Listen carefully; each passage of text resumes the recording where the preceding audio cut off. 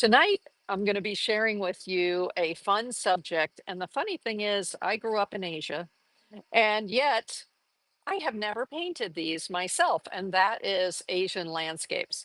So it just is beyond me why I didn't. My favorite is to do calligraphy and um, what I call Asian fusion graffiti in the style of Asian calligraphy. And so I do other subjects with using these same Asian brushes and the techniques, the strokes and the way I hold the brush, but I've never done the landscapes. So when last week at the end of our show, Mark V, who's a watcher on Whatnot, said, "Can we have some more?" I said, "Is there anything else y'all would like me to teach? Because I'm open, right? I can teach what you want me to share with you." And he said, Asian Painting 102. So we had done Asian Painting 101 last week with the fish, and he wanted to see more. So I said, okay, well, I want to challenge myself to teach myself how to do Asian landscapes over the course of the week and then share that with you, share my findings. Now, I am very comfortable with an Asian brush. I know how to hold it, I know the movements because I'm used to doing that with calligraphy.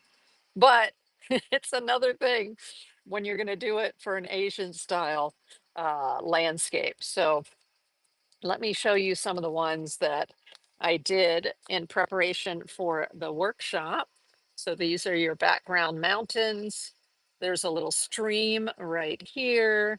The rocks, right? We have to learn how to get the rocks right, or just to develop your own style of doing the rocks. But I'll show you some of the ways that the books tell us to do the rocks. This is bamboo, and so I initially did all of this in just black Sumi ink, which is that's the Japanese very Zen style of painting where you're just using the one color, the blacks and grays. And I did that first, and then I couldn't stand it. I had to come in with some watercolor and add some color to it. So that's one of the pieces that I made in preparation for the workshop. Here's one that is just all the blacks and grays. And again, it's rocks. This is a mountain in the background. We have a pine tree. I love doing the pine trees. I can't wait to show you how to do these little needles on the pine trees. They're so fun. And then you've got your bamboo as well. And then I went a little bit more intense and I picked a painting that was already colorized in one of the books that I have, the many books, and I'll show you the books shortly, and made this one where instead of just using black to outline everything, I was actually using color to create the mountains and the background, using color here to create the bamboo leaves. There's a little bridge across the water here, and then the pine tree and the pine needles. So that was so much fun. I can't wait to show you how to do that. And then there's a book that I'm going to show you in a moment.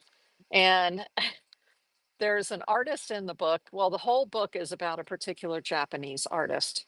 Let me just show you the book. Why not, right? Before I show you my version of his artwork. But here you go. I actually introduced this book last week. It's called Sumi-e. There, Sumi-e. And it is the art and technique of Sumi-e Japanese ink painting. But it is, the author is featuring in this book a particular um, Japanese artist. So let me find the gentleman's name. It's Japanese ink painting.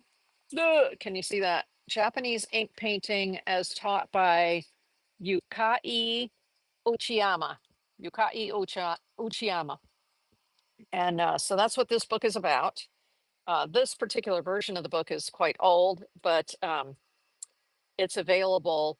And I will put a link to it in the description of the video when the workshop is over. But this particular Japanese painter is he's very expressive with his strokes. And he uses big fat brushes. Like you see, I have some of the big fat brushes here. and on large pieces of paper so he can get his body really into it. And when I was looking at his various, the type of artwork that he does in his book here, like these are his orchids. So they're just a little, his strokes are a little more bold than a lot of other books will show you. A lot of other books are a little more controlled. But this one, this guy has his own style. He's out there. And here is the pine tree that I got from inspiration from his book. So there's the pine tree. And you see how bold and like crazy his lines are right there. So I said, huh, okay, I'm going to take inspiration from that. It's considered part of the landscape genre. And so I did my own right here. Now it doesn't look like his because he's a different artist than I am. I've not practiced that bold style like he does, but this was my first attempt at following his sort of style on rice paper. And then this is the Chinese character for pine or pine tree, and and that's my signature over there. But that was taking inspiration out of one of those other Sumi-e books and translating it into a painting. And just getting loose and being bold and not, not trying to make everything look just right, but just be more expressive. So I like doing expressive artwork. Let me just make sure that everything's going well over on YouTube. Hello from Ireland and love from India. Welcome, welcome in, welcome in. And someone said, wow, nice painting. Thank you so much. Compliments are always welcome. Now, I want to show you that in preparation for this workshop, um, I had to practice, practice, practice, practice, practice. So even though I've been painting for 20 years and teaching for 15 years, and also I grew up in Asia and I've had an Asian paintbrush in my hand since I was, knee high to a grasshopper, as my dad used to say. Um, if I'm approaching a new subject, I have to practice. I go through the book and I go step by step by step through the books. And so let me give you an idea. You see all these papers here? Beep. So that's the practice I did for you. Just to be able to get to the point of doing something that looked like a finished painting. And most of the time in the books, they will start you with just strokes, like the bone stroke that goes this way, other strokes that go up and down this way. And so I just take a very cheap rice paper and my Sumi ink, and I do these kind of exercises. So even though I have done this since I was, I don't know, 10, that's a long time. I still do it every time I'm prepping to do a workshop because um, you need to get in the flow, right? So before you go directly to paper to do the landscape, I always recommend that it can be helpful to do the drills that they have in the various books. Now, the book then took us into various types of characters. So these are Chinese characters here, right? And then tree trunks. So here's a whole page of just tree trunks. And then, of course, usually the first thing that they start you in the books is bamboo. And the crazy thing is, bamboo looks simple, but it isn't simple. Part of it depends on what paintbrush you have, because some paintbrushes have a nice tip and then they're thin, and other paintbrushes have a nice tip and then they're thick, and other paintbrushes have a rounded tip to them. So it depends on what type of brush you select, which ones are going to work for the for doing the bamboo. So when I was doing this part of the bamboo, I was using a good brush, and then when I was doing this bamboo, I picked up a different brush and I'm like, oh, that brush isn't working. The type, the length of the hairs and the way that the tip was staying Well, it was mashing as I was using it. I wasn't getting the good leaves here on the bamboo. So those are the kind of things that you have to do over and over and over and over again to get a feel for how they work. And then in the particular book I was looking in, they were showing different types of pine needles, different types of leaves. Some leaves just look like this, right? But you have to go through the drills, y'all. You got to do the drills. After I did that page with trees, then I was able to get a little more defined. This is a willow tree in the background here. And these remind me of those big trees in Africa, right? That have the massive base and then they kind of have just a little bit of their leaves up at the top. I thought those were a lot of fun.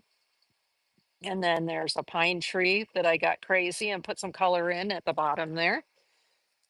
So that was leaves, bamboo, trees, basic strokes. And then we moved into mountains. So this is the Chinese character for Shan, which is mountain.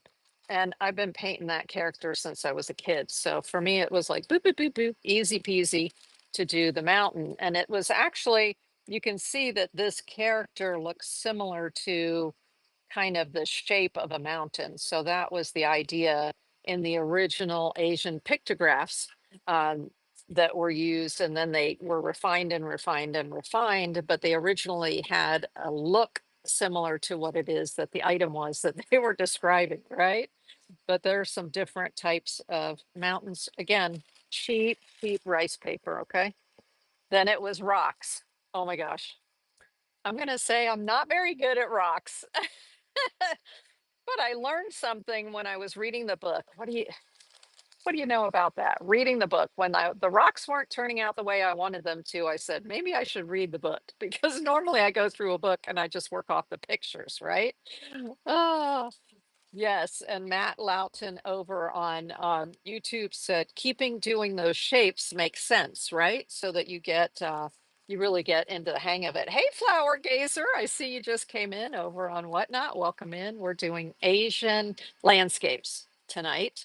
And this is rice paper. So there's a difference in rice paper between the front side and the back side, or side one, side two, however you want to look at it. One side is smooth and the other side is rough. Now, most of the time, like when I'm doing flowers and things, I will paint on the smooth side, but I wasn't getting the rocks the way I wanted them to look. And then I read the book, and the book said, when you're doing the landscapes, it can be better to work on the rough side of the paper. And I was like, oh my gosh, okay. I didn't realize that because I usually work on the smooth side of the paper. But that will make your rocks look better if you work on the rough side of the paper. Okay. Then I was combining some of the, like the dark mountain in the front, the lighter gray mountains in the back, doing a little waterfall, right? Hey, it looks better on camera than it does in person. Most artwork's the other way, right? It looks better in person than it does on camera, but that one happens to look better on camera than it does in person. Okay. And one last thing I'll show you that was part of the practice was doing some buildings and the bridge. So I was testing out some of the bridge, little houses. Oftentimes you'll find um, in Asian landscapes, you'll see a little boat in the background, you'll see a little temple or a house up on a hill. And so there's some water here, some sailboats. Can you see the little sailboats right there? And the little houses. So these are some other elements. Now they also had people in the book, and I was like, I'm not interested at this point in sharing with y'all the little people in the boat or the little people up on the mountain. We're just going to focus on the landscape itself and maybe pop a little house into it or a little boat in the water. But I'm not going to deal with the people, but I'm going to show you um, at this point the books that I used for reference, because all of that I just showed you was different things that I was practicing out of a book Yes. So I think I appreciate other artists who pour their blood, sweat, and tears into writing a book because it's not easy. And I know several people that have written art books and they're like, man, it's a total labor of love to do that. So I appreciate and I invite you to appreciate those art books. And they put the exercises in there for a reason because they really are what will help you to progress and develop and become confident in being able to off book, as it were, do your own paintings of those styles. So I did just show you the this the art and technique of Sumi-e. This one, this happens to be the hardback, but I believe this book also now comes in softback. And so what I noticed from this particular, remember this author is actually showcasing the techniques of a particular author, or particular, I'm sorry, artist. And so here they're showing you how to do, because a lot of landscapes have cherry blossoms, right? Especially the Japanese, more so than the Chinese, but I love the cherry blossoms. This book is more for, yes, he gives you a few techniques. Do you see the few techniques here? Like here's the shape that you want to do. He's kind of giving you that. But the next book I'm going to show you has a lot more um, detail in terms of do this stroke, then do this stroke, do it in this order, do it in this direction. And I find that more helpful when you're learning to use those types of steps. So this Chinese landscape painting techniques. And this book is from 1990, so it is a vintage book, but I'm going to look and see if I can find a link to it. And when I save the video on YouTube, I will put a link to the book in the description if I can find it. There are a lot of different book websites. And so I know Mark V, who's one of my viewers on Whatnot, was able to find my books from last week on various sites for really good prices. So I'm just going to hold this here if you need to take a picture of it. Who is the author? Let's see. This is actually from Australia. Stephen Cassatari. Stephen Cassatari. So I'm going to hold it like that in case you want to take a picture of it. But I will look for it. And if I can find it, I will put a link to the book in the description of the video. I love the Asian painting subject. And this actually is an interesting book because it has a fold out front. So you see that right there? Oh my gosh, isn't that fun? So my intention is by the end of the workshop tonight, we're going to do a little painting that's similar to what's right here. A little rock, pine tree, some mountains in the background, some water in between. Maybe we'll throw a little boat in there. Okay. So that's going to be fun, but fabulous book because step by step by step, including, do you see this right here? You see how they're showing you that's the element of composition there. And then for instance, the characters, see how there are the little arrows and it tells you the order 1, 2, 3, 4, 5. I mean, that is, hey, Leanne Phoenix, welcome in over on Whatnot. That's like if you go to a dance class and the choreographer is saying, do this first, do that second, do that third, right? And, or you're going to a, what is it, a workout, like a workout dance class or something. Do this first. 1, 2, 3, 4. 1, 2, 3. Right? They're stepping you through.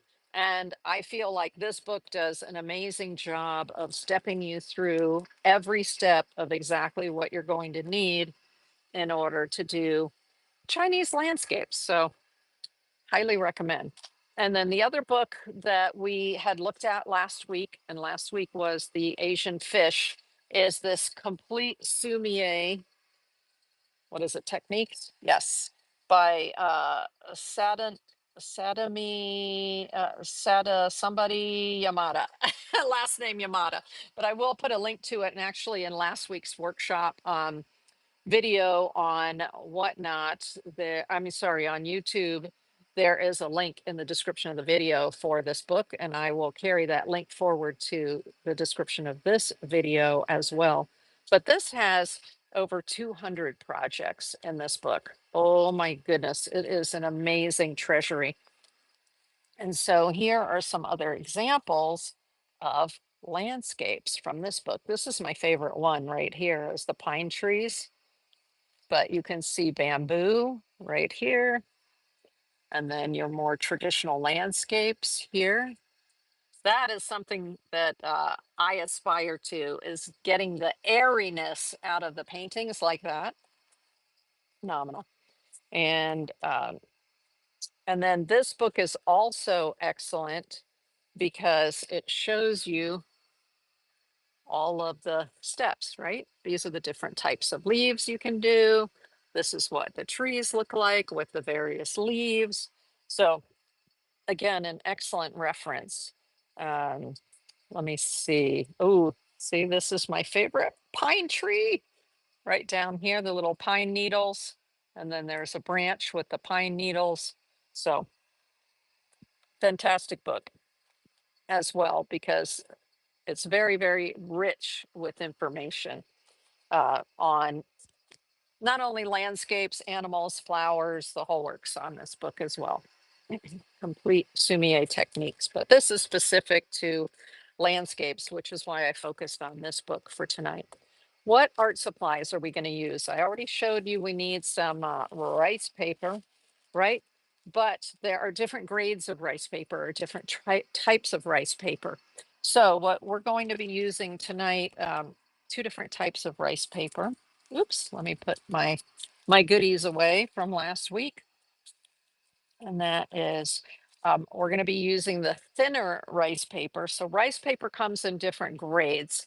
And so we've got your thin rice paper, which you're going to find is very inexpensive. I mean, you'll look at a pack and you'll be like, how can that pack of like 100 sheets be, I don't know, $3, $5, something like that? Well, it's because the weight of the paper is thin. So this, for instance, is a weight of Chinese paper, and that's what all of those um, tests that I was doing like this were on that paper. So it's a thinner rice paper. The cool thing about the thin rice paper, I think, is I love to do collage. And so if you like to do decoupage or collage, you can use these thin papers like this to tear. They tear very easily. And then when you take that and you decoupage it or collage it down onto your artwork, this white paper, it doesn't completely disappear, but it almost looks like it disappears. And I love that about it is these papers don't go to waste. These test papers, I keep them, I tear them up, and then I use them in my collages. So fantastic. And that's the cheaper rice paper is excellent for that. So that's one of the cheaper rice papers. This is another one that happens to have English on the front of it, but it's also a more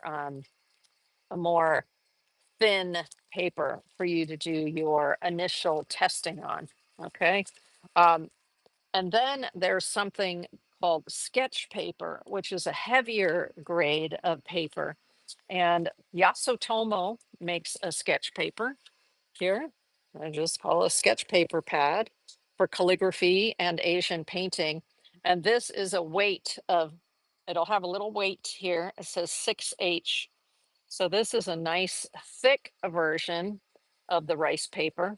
And this is the version that I use um, when I'm like, okay, now I want to do a painting or a possible painting. Now there's a different company, not Yasutomo. There's a different company called Itoa. I'm not sure how to pronounce it. I think it's Itoa, but it's Aitoh. And so this is what their sketch paper looks like. So it's the same weight as that sketch paper I just showed you from Yasutomo, but you might see this at your local art store. And this is the little bit heavier paper. They call it SP-S, and it's the thicker rice paper as well. So that's what I use for my, maybe it'll be a finished paintings. Okay, so let me put those aside. You can also use watercolor paper. So I did mention that last week, and we actually did the playful goldfish last week on a piece of typical watercolor paper. And my favorite watercolor paper, uh-oh, is everything gonna fall over again here? Let me see if I can get it out. You can see we were playing last week with the goldfish, right? And those koi. And is this Canson XL watercolor paper. But normally I will start doing my drills like this on the thinnest of the rice paper. And then when I feel like I'm warmed up and I'm ready to get started, I'll either use the heavier rice paper or I'll use the Canson XL watercolor paper. Will work just fine for you as well. So if that's all you have is watercolor paper, just use watercolor paper. It's just when you're doing drills, you saw how many I had, right? Like piles and piles of them. Then you don't want to use up good watercolor paper. However, there's something else that is a wonderful art supply. I do have some on my a set of these available on my Whatnot store under supplies in the buy now, and it's these sheets. They call them magic paper or magic rolls. And so this is a surface. I don't know if you have y'all ever seen the Buddha boards where you can draw on it with water and then it just when it dries it's gone. This is a similar surface, but in a like you can just roll this up. As a matter of fact, I have one here that's rolled up like a scroll. And so I will be taking you through and doing the initial exercises on this kind of surface with water, just water. And then that way you're already warmed up when you get ready to paint on your paper. So if you don't have rice paper, it might be a good option to do this, get some of this magic surface and do your warm ups on the magic surface where it's just going to dry and it'll be ready for you to use again and again and again. Okay, I see somebody says something about they have a question on YouTube, but it's not in English. So I apologize. I don't understand anything other than English. Okie dokie. Now, what brushes are we going to use? Oh my gosh, y'all. For those, first of all, for the magic surface like this, where you're just going to use water, there are these fabulous water brushes. So this is an Asian brush. And actually, you could use a water brush like this, or you can use, I'm looking for a regular water brush that you can put water in. Here you go. Here's like this is also a water brush.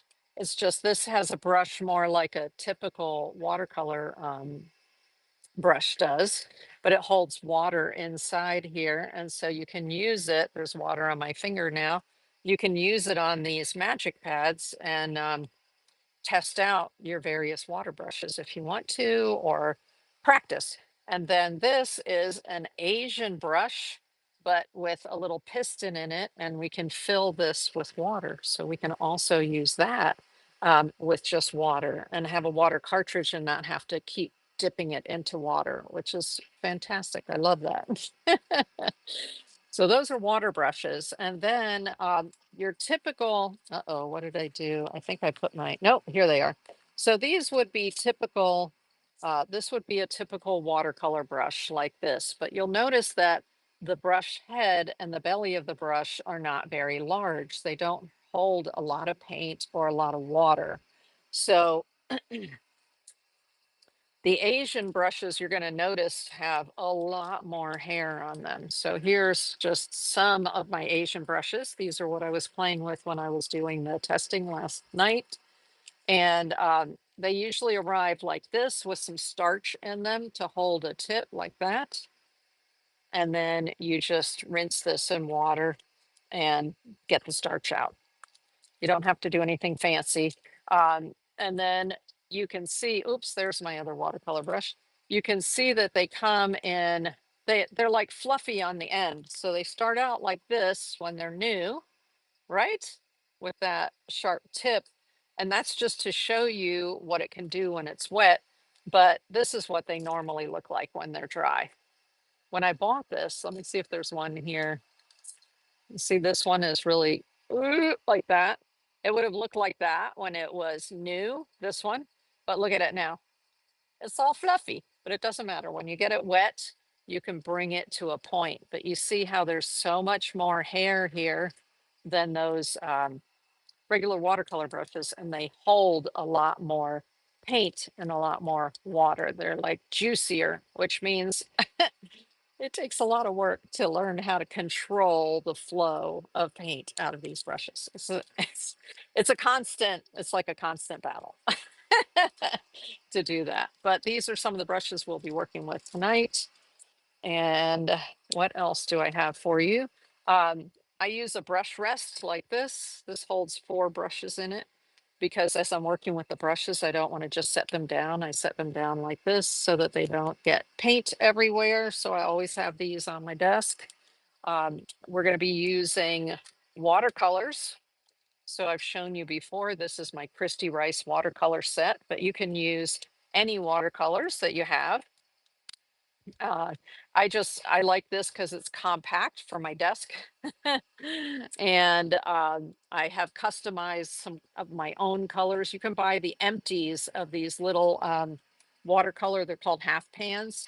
And then you can fill them with your own paints as well. So the ones that are like more full were the ones from the Christy Rice set. And then the ones that are partly full, all down the middle, I added those to the set. So I would have some other colors. And then these are Asian, these are actually Japanese paints from Yasutomo. So again, the same company that makes that sketch paper I told you about, Yasutomo. And these are awesome because they come in a ceramic plate. So you know what happens is after you're done with the paint in the plate, you just clean out the plate and then you can use the plate for mixing your colors. It's awesome. And this is a dark blue indigo that I use together with yellow to get greens. But, and then this is a new one that I just got this week. So excited to use it. I started using it for those landscapes. And this is red ochre. It's called red ochre. So it's kind of a brown, a red, reddy, orangey brown color, and perfect for like the pine trees. If you take this and you mix a little bit of the black Sumi ink in with it, then you got your pine tree bark. So it's perfect. That color is called red ochre. Really important one to have on hand. And let's see, the Sumi ink. Okay. So Sumi ink is a special kind of ink that, of course, they use for, that's the black ink that they use. And it can come in different forms. So this one is, imagine that, Yasutomo. I have a lot of Asian paint supplies from Yasutomo. I even have a set of brushes they call fusion brushes that'll go between regular watercolor and Asian painting. And I haven't broken them out yet because I'm going to do a review on them. But I do have those. And so this is by Yasutomo, and it says right on it, Sumi ink, right? You see that? Sumi ink, black Sumi ink. Now, Sumi painting, you notice like the book that had the pine tree in it had some green in it. So yes, Sumi ink comes as other colors as well, but the fluid is generally in the black. I don't recall seeing the other colors in fluids. Just the black in the fluid. I could be wrong, but that's just what I'm familiar with. And then this is one that's all in Japanese, but I'm using it until it's empty and then I'll open that other one from Yasutomo. And I like the spout on this.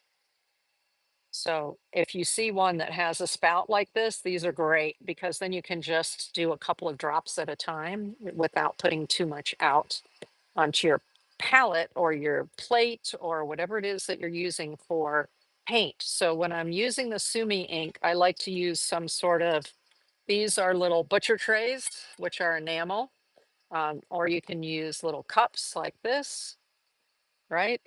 These little artist cups, because you're going to be needing to mix different colors together. So I don't have one of these in green, but I have the blue. And then I'm going to show you the yellow that I have that's Asian paint. And you mix the yellow and the blue together to get your greens. So there's something called a grinding stone. Actually, let me show you this grinding stone. An Asian painting, this is your typical grinding stone. There's a little well at the bottom.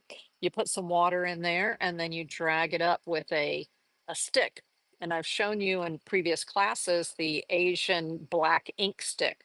That's usually what you are using in here. And hey, when I tried to clean it, I had to clean it and clean it and clean it because that black gets in there and it doesn't want to come out. But what I usually, so this has a surface that lets you grind a hard um, paint on it, a paint stick. And so this is a piece of Asian paint that's hardened. And this happens to be a yellow. It looks kind of like an ochre or an orange, but it actually comes up yellow. So this is another one of those stones, a grinding stone, and I just put a little bit of water in there and then I grind that in there. And so if you're ever out at an estate sale or something and you see something that just looks kind of weird like that, and it might be together with something else that has to do with Asian art, grab it. Because these last a long time, but also it's just beautiful ground paint that you grind it as you need it. And then it stays dry like this. Fantastic. But that's a lot of times how I do my yellow for my Asian painting. And if I'm in a hurry, I just pick up my yellow right out of here, you know? But it can be meditative. It's very zen to prepare your paints on your little grinding stones and everything, and that's what monks do, and that's what hardcore calligraphers do, is they will grind their black first and then they will start their painting process, but I just take it out of a bottle. The fixative that I use, so when I did the fish here, before I mounted the fish, meaning spray the back of this rice paper with water, I didn't want this watercolor to bleed all over the place, which can happen. And so you have to seal your rice paper first, and you seal it. eh, Hold on a second. It's right over here. I didn't put it on the table because I have so much else on the table. So here is the Jacquard door lens wax. I actually have a short on YouTube. Thank you. Someone said looks amazing on the YouTube. And Dorland's wax medium. So this is a clear, it'll go on clear. And a lot of people use this to seal their watercolors. And I find that if I'm going to be doing the mounting of a piece of rice paper, that it helps a lot if I seal the rice paper first with this. So um, that's another one of those tricks. See, that's why artwork costs so much, right? We're not just painting it and putting it out there. We have a lot we have to do either before, after, all of that. Okay, so we're going to go ahead then and get started over top of the table. Another thing that we are going to use is a piece of felt. So whenever I work with rice paper and I'm using the black ink or the various watercolors and the paint can go through to the back, I always do it on top of a piece of felt. Either black or gray works great. Let me move some things out of the way here so I can get us properly situated. Oh, you are going to need lots of water. This process requires lots of water because of the black, because the black is just so strong that you're going to need at least two and sometimes three um, containers like this, for one for black, one for gray. And then you're going to need one water just for the black. And then I use two other colors, two other waters for the colors. Okay. And we are going to start with the water brush. Woohoo! So let me put these aside, my favorite brushes. And oh, if you're not familiar with my other, like my website, my Instagram, you can snap a picture of that right there. That has all of the details on it. And love it if you follow me on Instagram. You'll see the notices for when I do my workshops. I put those up on there. And you can always DM me questions if you have a question about painting. All right. Let's see, where are we? I want to make sure we get that over. So we're going to start with just water. So let's look in the book. Look in the book. Here are the Chinese landscape painting techniques. And we're not going to start with that. I need to work you into that, okay? So the nice thing about these sheets is that it comes, like I said, the set of three is available in my Whatnot shop. All you have to do is go to buy now and type in the word supplies and you'll find it, okay? Um, but there are three sheets. And what I like about the sheets is that one of the sheets is like this, that where it has the strokes. So similar to the strokes that are shown in this book, the Chinese landscape painting techniques, you're going to see here, they're showing you different strokes, right? And that's what I practiced first, was these various strokes to get familiar with your brush and how to make those movements. And so those strokes are similar to what's on this sheet already. Now, this is the water brush. So you might have one of these already. If you do watercolors, you may already have a water brush. And if you do, just feel free to use your water brush for this technique. I'm going to move that up just a little bit so y'all can see it nicely. And so I'm just going to first of all use the water brush, and then I'll show you how we fill this brush. So we're just working with water, that's all.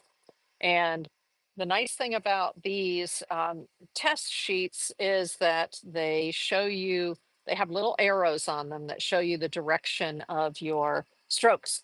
So I'm not gonna hold this like I would a normal watercolor brush. I'm gonna hold it like I would a Chinese brush or an Asian brush. So either thumb and forefinger, support it with your other fingers, or thumb, forefinger, and middle finger like that. Okay. And most of the time you're working from top to bottom like this, straight up and down. But sometimes, especially if you're doing side strokes, you're going to want to lay it down this way like that. But you see how I have the two fingers here and the thumb. So if I'm warming up, I'm going to just practice these strokes like this. And I'm going to follow the little arrows. Isn't that cool? You can just look at the arrows and see how they go. Now, when you do yours, they may not look like mine. Every artist is a little bit different in the way that their hands move, for one thing. Another thing is that I've been doing this since I was a child. So my stroke work is just like when I speak Chinese. 我会说一点中国话. When I speak a little bit of Chinese like that, my diction is good, but I don't have the vocabulary anymore that I used to have. Okay, so over here, we're going to do what they call the bone stroke.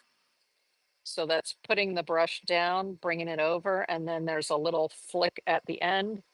Here we're going to do a downstroke like that. And notice these are each inside a square. So most characters in the Chinese writing are based upon working inside of a square. And so you'll notice that on subsequent sheets. And sometimes there's a little tail that can come up that's part of getting familiar with how to do these strokes and get the right tail. Like I don't like the way that one came out, so I didn't lift it quickly enough. But here's just using a plain old water brush to do that, to do those strokes. Okay, now So this works perfectly fine if you have a water brush like this and you want to use that water brush to do your initial painting. It's fine.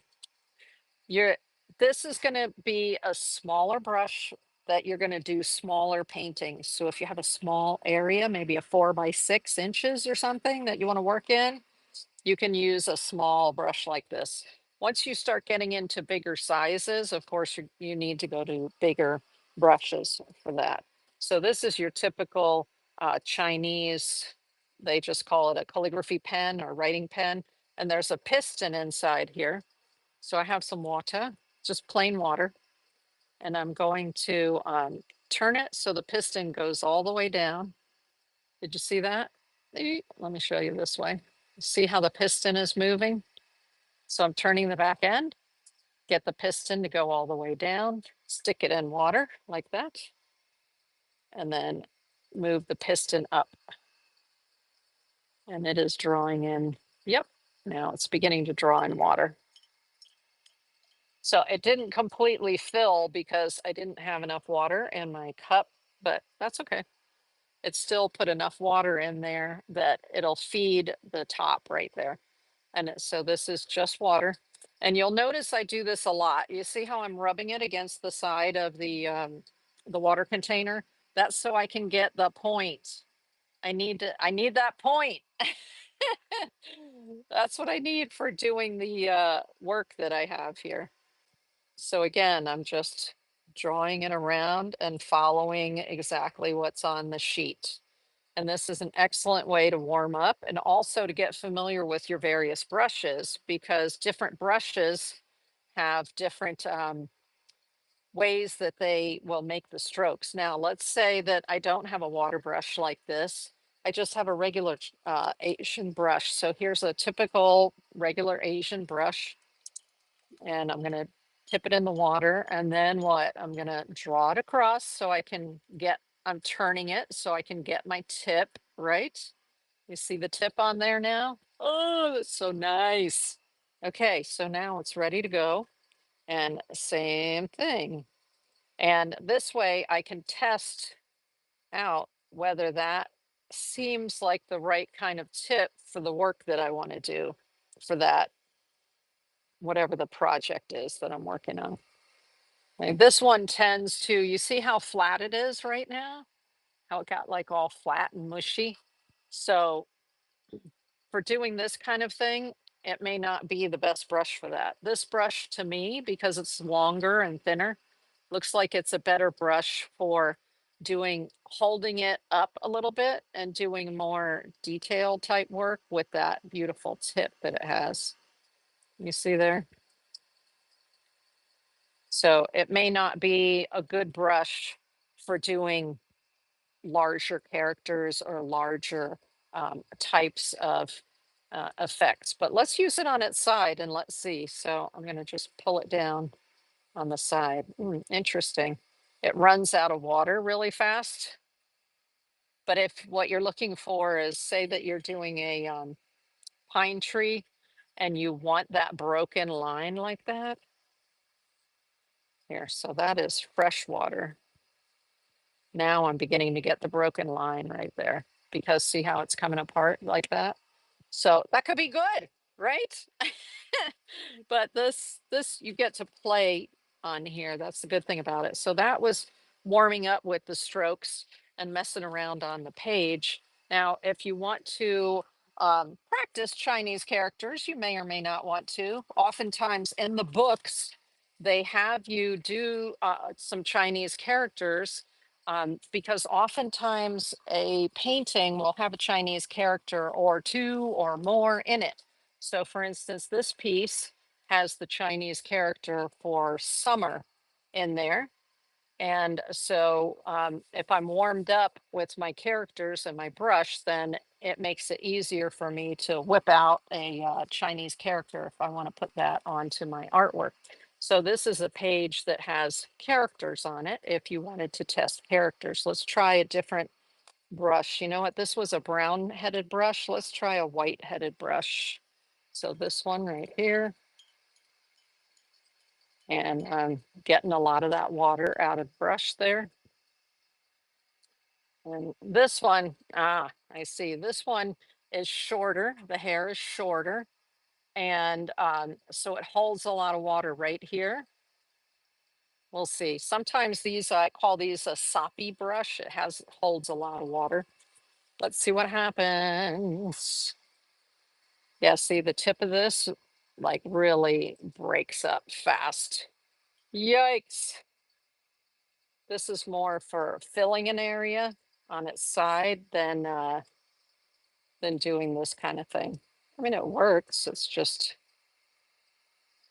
the top of it starts to go cattywampus pretty fast. So that's a 1, 2, 3, 1、2、3, and then 4、5、6、7、8。So that's 1 through 10.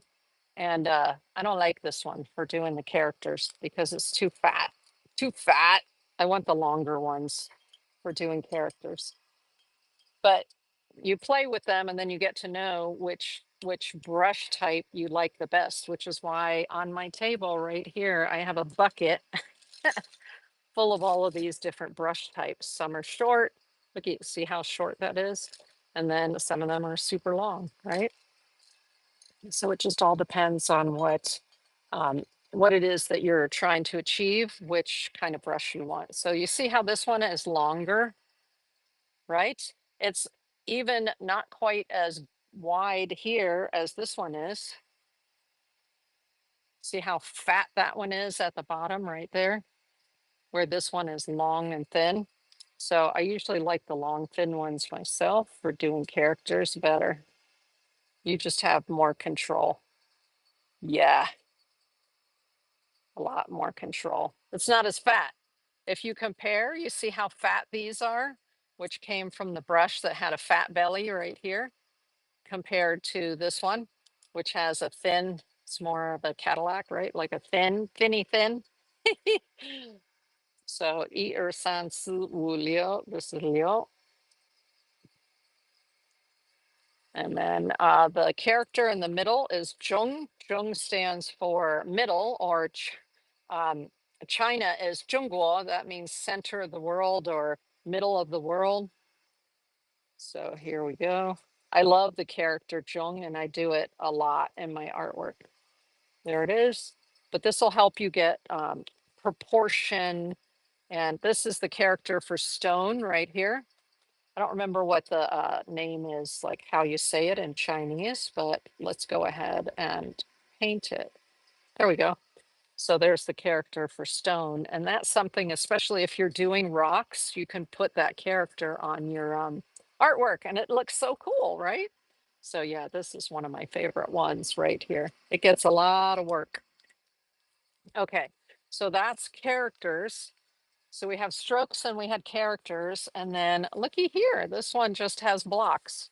So you can freeform it. You can even use these with, let's say, I have my regular, there's my regular watercolor brush. Let's say that I want to practice um, writing brush script. And so I want to say, right?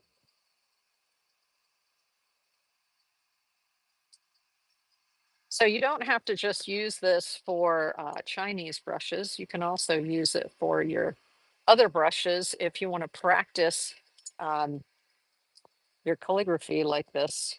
Now, if I want to do another kind of character, uh,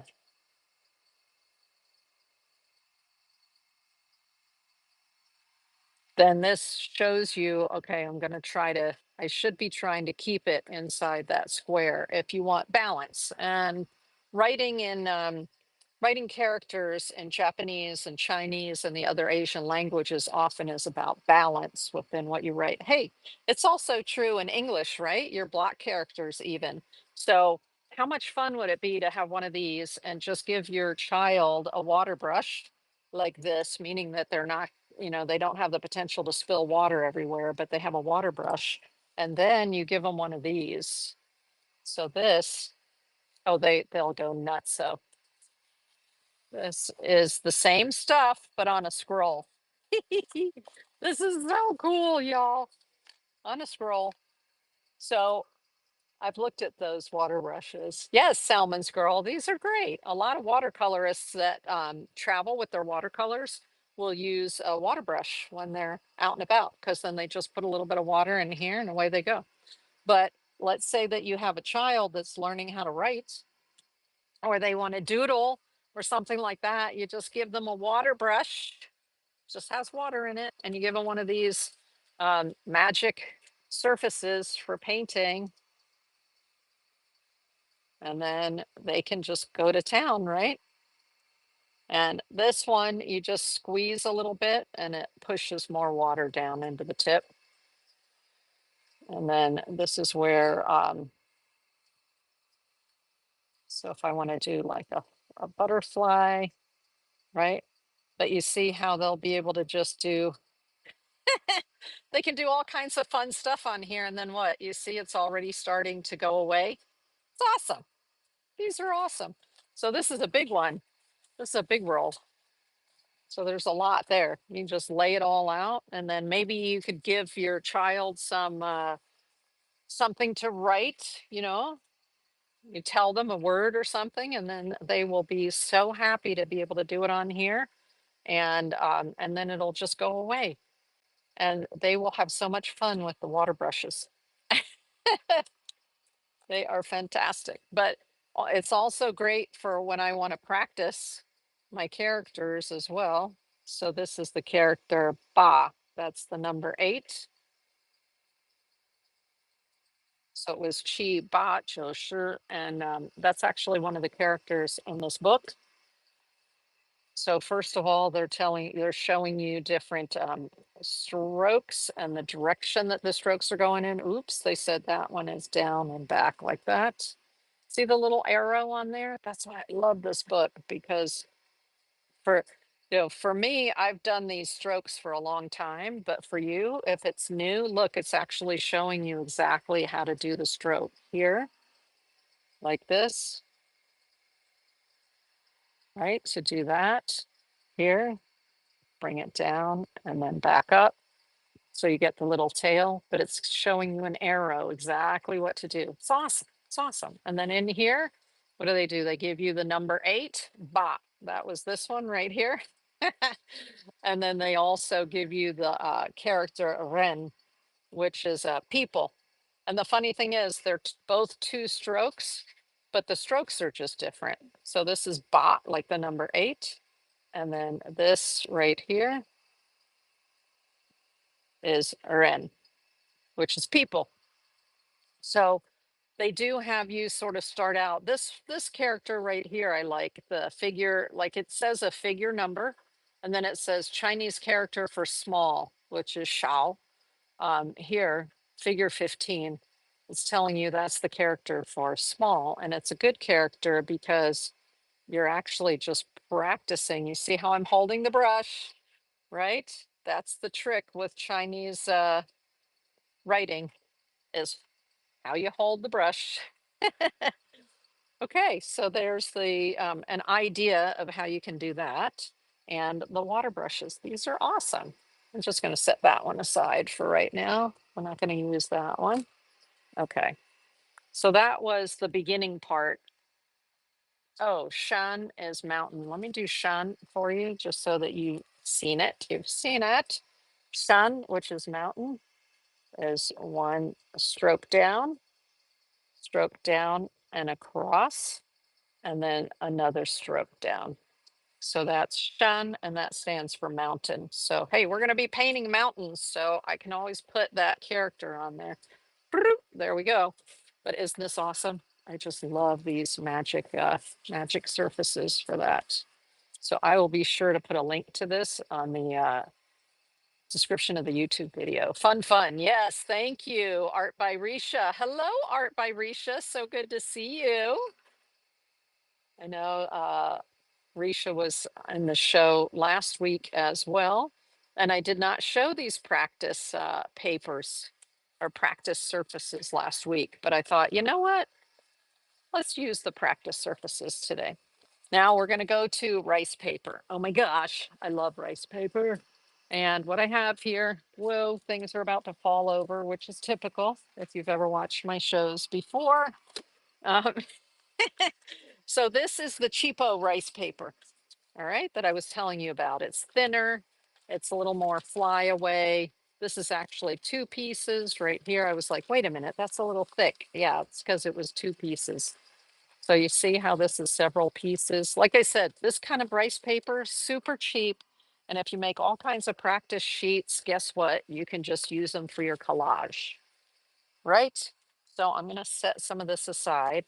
I'm working on top of the piece of felt here. And now we're going to get into working with some of the black ink. So in order to work with the black ink, we're going to create, first, I'm just going to, oops, here, I like to put the black ink in here. So I like using these enamel dishes because all the paint comes out. Let me show you these right here. There's some that has black paint, the same black paint I'm going to be using with you. And it didn't come out. See, some of it doesn't come out of the plastic, but if you're using the enamel, comes right out. It's fantastic. So what we're going to do, let me just make sure this, yes, as a matter of fact, if I move it over like that, you can also see it, right? Yes. Okay, cool. So I can move the paper up. Now, sometimes the Asians will, especially if there's a breeze, let's say you have a fan going or something, you're going to want something that holds your paper down so your paper doesn't go fly away. These are ones that paper weights that we got in China. It says Da something. Da is big, but these are paperweights. That's another thing. If you're ever again out at an estate sale or something or a thrift shop and you see something and it's heavy for its size, like these are super heavy for their size, and you're like, what the heck? And there are two. You want to be sure there are two at least. So these are paperweights for your Asian papers to hold down your Asian paper while you're working on them. Sometimes they'll put it like this, or you do one on each end like this. Some people like to put them in the middle like this, and that holds your paper down for you. Okay. Especially if you're painting outside, right? And but in the studio, I usually just put them right here. And oftentimes I don't even use them because in the studio, most of the time, I don't need them. But we're going to start by putting some of that black in here. So we're going to use some of that Sumi ink. I don't want to shake it too much because I don't want to encourage too much in the way of bubbles. But instead, I swirled it. And then remember how I said I like this tip a lot because you can go by the drop. You can put just a certain number of drops in there. I did go through a lot of this yesterday because when you're in the throes of painting, you're going to use a lot of it. That's why I like this size of jar, which is about an 8 ounce. And this one right here is what, a 3 ounce or so? 2 ounce. This one of Sumi ink is the 2 ounce. And this is the bigger, I think it's about an 8 ounce. Okay, so we've got our ink in there. Yay. Let's look at the book and get into something. See, I love the. Now, another thing is when you're looking at an Asian painting, you're going to be like, how the difference between block printing and cursive printing? Chinese and Japanese have the same thing. So this is more or less a block printed character in Chinese, and this is a script character in Chinese. And there are different types of script within Asian languages. But isn't that fun? I love. Sometimes it can be really hard to interpret these script characters when you're looking at a painting. I'm like, what the heck does that say? Okay. So here they're talking about the order of painting because you have a foreground, a middle ground, a background, right? Um, I don't even worry about that. But it's like I said, this is a wonderful book with lots of great information in it. Let's do what they suggest first is the tree trunks. You see, it has trees, trunks, and branches. So let's start with that because we are going to need that for building a landscape. Now, this is the smooth side of the paper. Remember, I said there's also a rough side of the paper. So for doing the landscapes, the book suggests the rough side of the paper could be better for you than the smooth side of the paper. So let me just move these out of the way and move the black up so you can see clearly. There you go. Yes. Okay, so we're going to start with the rough side of the paper. This particular paper, because it's so thin, the rough is not even that rough, but it is the rougher side. And what brush am I going to use? Ooh, see, this one is so long. I don't want to use that one yet. I want to use one of these shorter ones. Let's see which shorter one. It's hard to know what it's going to look like when it's all fuzzy like this. So let's just put these brushes in here so we can see what they're going to look like. Okay. When they come out, what do? I'm turning them and putting them against the side so I can see what they're going to look like. Whoa, this is another fat one. Yeah, nope, don't want that one. These two are good ones. This one's a little bit longer, and this one is not as fat as that other one. I think I'll go with the longer one right here. I tend to prefer the longer ones, but depends on what you're doing, which one you want to use. Okay, so we're going to build some tree branches here. So this is already damp. Oh, another thing you want to do is you want to have a paper towel handy. So usually I have a paper towel in my hand. So I have a brush in one hand and a paper towel in the other hand, or I'll just set the paper towel down next to me. Ooh, another thing that I saw another artist do, another Chinese artist or Japanese artist, and I was like, oh, I have to remember that. They took a piece of the paper and they folded it. So this is the rough side, this is the smooth side. I'm going to fold it so the rough side is up, okay? And I'm going to set it right here beside me. And what they did, which I thought was brilliant, they're much more experienced about doing Asian landscapes than me, is whenever they would need to get rid of a little bit of paint that was on their brush and dry the brush out a little bit, they would wipe it on their piece of paper that was next to them here. So I think that's a really good thing to do. Now, I also like to do this on this part of the brush because I don't want any excess water that's here to drip down into the tip. Okay. So I like to do that. I'm not doing this part. I'm just doing the body of the brush. And then I'm going to pick up some of the paint. Oh my gosh. Here we go. Here we go. Nice. So I'm filling the brush. Do you see how it's soaking the black in up into the brush there? So cool. Okay, so we're going to do some tree branches. We're just starting with trees, and I'm going to be holding it not straight up and down, because if I go straight up and down, you see how I get thinner lines. I'm actually going to be slightly at an angle so that I can get a little bit thicker line.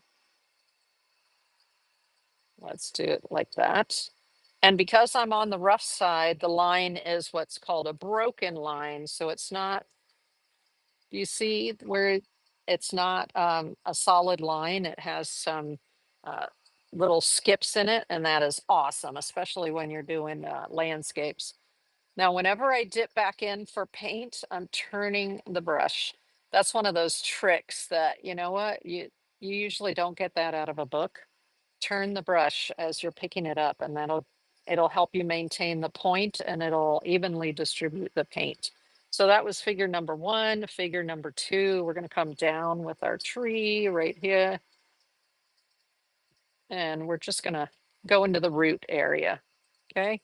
Then on the other side, we're going to come down. We're going to have a little break because we're going to put a branch there. So wherever you're going to put a branch, you need to have a little break, and then roots down there. And then we're just going to do this. So there's the beginnings of a tree. Now I can tell my brush is not wet enough. So I'm going to have to dip into some water here. But, but if I dip into water, it's instantly going to start to turn black, right? It's going to turn like dark, dark, dark. So let me just move this other water over, and I'll bring this one in, and this will be our black. Okay. So I'm just going to dip not the whole brush, just part of the tip in there in order to just give me a little bit more moisture. Okay, so I'm going to do that again, and I'm holding it like a Chinese brush like this, and I'm bringing this down, and I'm going to have the root area, and then I'm going to bring this down, and I have a little break, and then come aside again for some roots. Okay, and then I'm going to bring this like this. So there's another tree base. Okay. Remember how I said this book is awesome because it goes step by step. So the next step, telling you, oh, just add a little bit of extra character to the tree there with some marks. And then come up and put some branches in there. So we're going to put a branch, another branch. I can't emphasize enough how important it is to hold the brush properly and support it with your other fingers in order to get the right strokes so that you can actually have your piece end up looking something like what's in the book anyway. And then here, we're going to do another one and then another little side. So that's the base for a tree. And there are different tree shapes, and that's one of the things that they show you here is like this would be a willow tree. You see how the willow tree has a lot of curves to it? Let's do one of those because that's a little bit different. And I'm turning the brush to get paint into the tip of it. And we're going to do the willow tree. So I'm going to do the little branches up here first. And then I'm going to come in. I have a little branch here. And the nice thing, like I said, about this paper is you don't really have to worry about it. It's super cheap, super duper cheap. Okay, so this is how they're a willow. I don't know if you've ever seen a willow branch. I've done flower arranging. When we lived in Korea, we did a lot of flower arranging. My parents took flower arranging classes. And one of the things that they used when we did the classes, they used willow branches for to accents for the flower arrangements. And oh my gosh, they are so beautiful. And they have all these twisty turns like this, and they're awesome. So then we'll do another branch here like that, and then we'll come down here. There we go. So there's a willow tree. That's the base for the willow tree. But of course, we have to come in and put little marks in there, right? Give it a little character. I like to, in the knotty areas here, I like to put a little knot, kind of like a maybe a bird or another animal was living in there, right? Now that's very, very dark with lots of ink in there. Oh, and here they're just showing branches, not trees. Now they're also showing dots. I'm not very good at these dots, which is really funny, but I'm not good at those kind of dots. They're just they want you to make like a figure eight to make these dots, and I'm like, I'm just not getting it. So I don't know whether it's my brushes, the way I'm holding my brushes, I don't know. I'm like, okay, I'm not good at doing those round dots. So I could put more water on my brush. If the more water you have on the brush, the more the ink will spread. So I could do a little dot and then it'll spread more if I have more water on the end of the brush. And that could be something, but I'm like, I don't get it. I don't get the dotty things. But I do like these, which are a teardrop shape. So with the end of the brush nice and pointy, I can just come down and sort of come back up on it and get like a little teardrop going. So you can practice, practice, practice. That's what this rice paper is for. So I can get some teardrops going a little bit. See, they don't look exactly like the book, but you know what? Don't stress yourself. Just do the best you can, have fun, and you know what? Develop your own mark making. Use this as a guide. Right. Now, one of the things that I think is important that's in this first section of the book is it's talking about symmetry. And a lot of Asian painting is about not being in symmetry or using odd numbers, 1, 3, 5, 7. That's also when you do flower arranging, you want the same thing. Okay. You want to use those odd numbers. And so you want an asymmetry, not an exact symmetry. Remember, though, this is your art. So if you prefer symmetry, you knock yourself out. You create your own aesthetic. But in this book, it says this, which is a very uniform look, is they call it incorrect.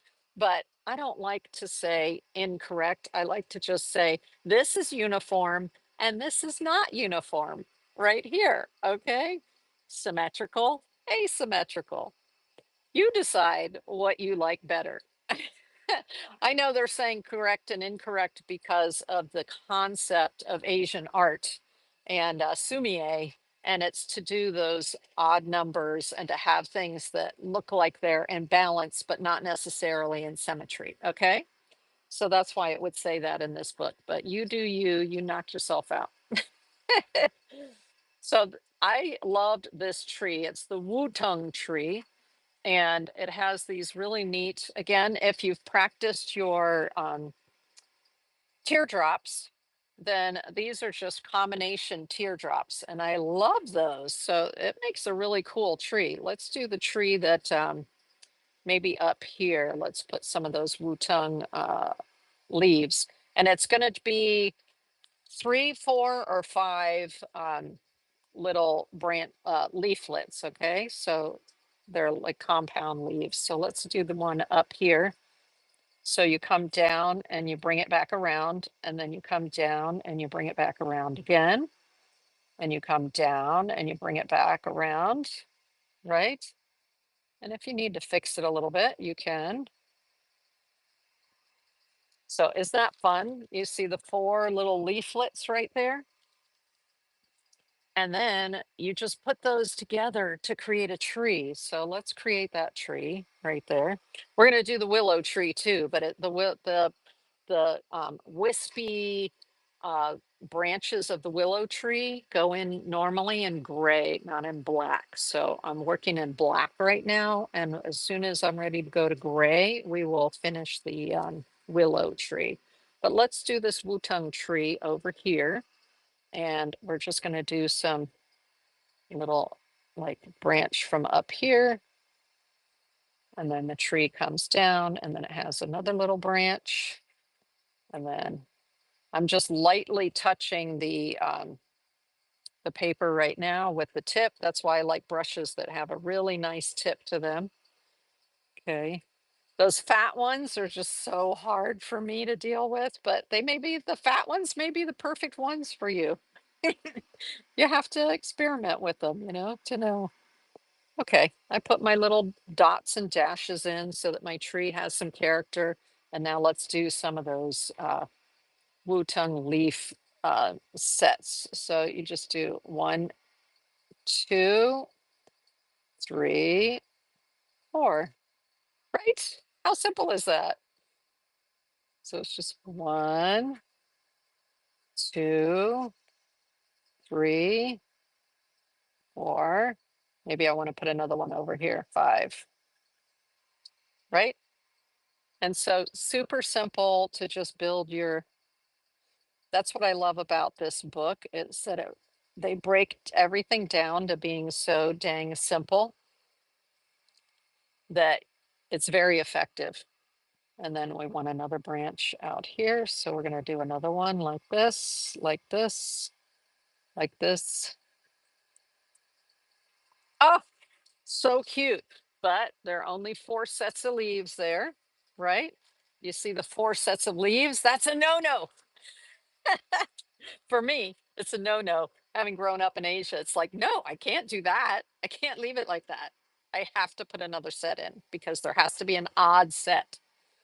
So let's put another set right here. You guys can laugh at me. I can't help it.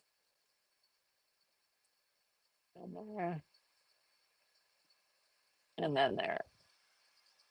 So there's another set up above it there. So now we have 5 sets. Now I'm happy. 5 sets of leaves. So that's doing the Wu-Tung tree.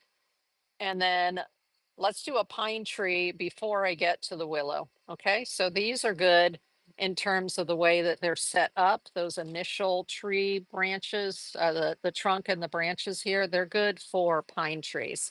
And pine trees are so cool because you see they're just like little sticks, the needles, right?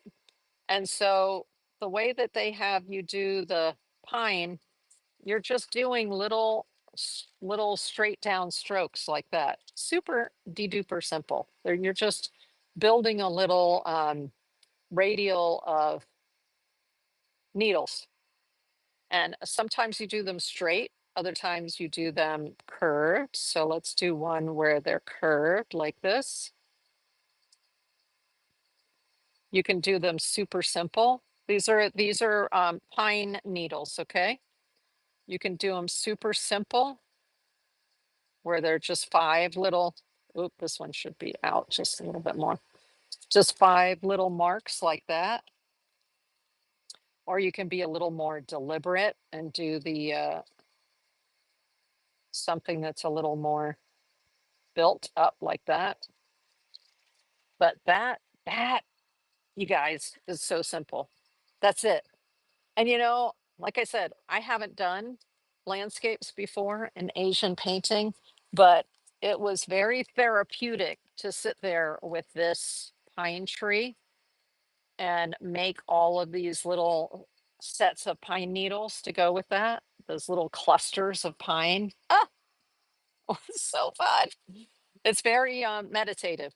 So if you need something to do like that, now, you don't have to do something quite that meditative. You can do something that's more like you got to get your aggression out, like this other piece that I did. If you weren't here earlier, I'm going to show you that one real quick. Like, let's see here. Ee, where did it go? Is it all the way on the bottom? I don't know. Okay. Where did my pine artwork go to? Well, it is now lost officially. Let's see. Yeah, it's lost. Okay, it's probably in the book. Ah, is it in the book? Let's see. Did I leave it inside the book? Hmm, I did not. Okay, well, this right here. So see, that is not so meditative. Wouldn't you agree? That's more frenetic, but that's this particular artist's style. So I just wanted you to understand that yes, there can be this very meditative way of creating your little pine needles, or you can just go all out crazy and do something like this and just get loose and have a lot of fun. So um, this book is showing how to do it the more uh, purposeful and meditative way. Okay. Which is making these little sort of radiating out like that.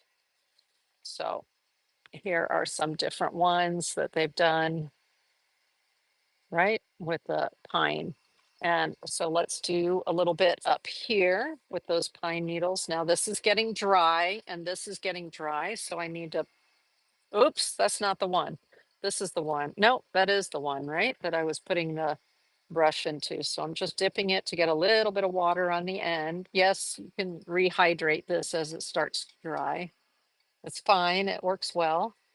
Okay. And I'm turning it as I'm doing this. So I get a tip, a nice tip to it. Now it's a little bit wet because I just put water in it. So I can do 2 things. I can either, and you do this with regular watercolor as well. I will tap it onto a paper towel to be sure that it's not sopping. Or I had mentioned earlier that I have this piece of folded up rice paper right here. So I can just run the edge along there and make sure that if there's excess water on there, that it comes off. Because with rice paper, if your brush is too soppy, I'll show you that in a minute, it's going to go bleh and spread all over the place. So um, see how I'm holding it, and I'm using these two fingers here to support it. And so we're just going to put some pine, we're going to put some pine needles here and build that up. So this is why I said it's kind of meditative, because you're just going to sit here and you're going to repeat, repeat, repeat. And we're just going to do it out here. So you're going to get comfortable with the style of needles that you like the best. And I like that the book gives you several examples so that you can work from that. And part of the interest I find here is that you're going to learn how to build a tree so that it's in balance, because you want to have your composition be somewhat in balance. So these just go something like that, right? I would build the tree out. Those other trees that I told you that I really loved, I'm pretty sure I can put my hands on that one. Where's that one? Okay. I'm looking in my test papers here so that I can show you the ones that I really like. They're like tundra trees. See this right here? So it's creating the base right here. So, well, creating the upper portion of the tree that we're going to be striking through and kind of going off to the side here. Remember, you don't have to make straight lines. I did that breaking on purpose. It's called broken line. I did that on purpose. So there's a little break there. Um, and then we're just going to come down, and the tree trunk is going to be big. And it's going to have like a little knot in it for an animal. We're just going to make some marks on the side. We're going to put another branch over here and a branch over here. Okay, another branch over here, and then another one coming off of there. And then let's go ahead and we're going to put in these like funky slashes, right? You see the slashes there? And that's just putting your brush down, boop, making a wide mark, and then lifting your brush up. And you want to get this sort of wispy, you see the wispy ends right there? Oh yeah, I love that. So let's just do sort of a wispy ends. And you really, I find I have to practice to get those wispy ends, which is lifting up with your wrist, lifting up your brush. But these are so cool. Okay. This is like wind blown, right? So something like that. Aren't those fun? Those are so fun. All right, let's do the wispy willow here. All right. But the wispy willow, you want to have be gray. You don't want to have it be white. Oh, you know what? There's one more thing before we go to the gray, and that's the grasses. So in order to do the grasses, you really do need that I think you do anyway. You need that tip. So I turned it around and I'm gonna flick like this. So I'm using this finger and I'm flicking like this, right? To get it to go up like that. So I'm flick, flick, flick, flick, and just barely touching. You don't want it to touch so that you can get your grasses going. Because in the foreground, you usually have some form of grass. And it doesn't have to be a lot. It can just be a little tuft of grass, but that's the movement that I'm usually doing is pushing, pushing, pushing. and lifting like this, blah, like jerking. Okay, so we want a gray so that we can make the willow um, leaves coming down. Now with this, let me show you if I put a bunch of water in this, what happens. And then I go and I make my marks on this rice paper. What's going to happen is it might look okay when I first put it down. Like there's your four petal leaf. But then what'll happen is as it starts to dry, it soaks into the paper, and then you get these crazy sort of fuzzy edges. Can you see the fuzzy edges coming up? And so usually if you're looking at somebody's artwork and you see these fuzzy edges, you're like, huh, they had too much water in their brush.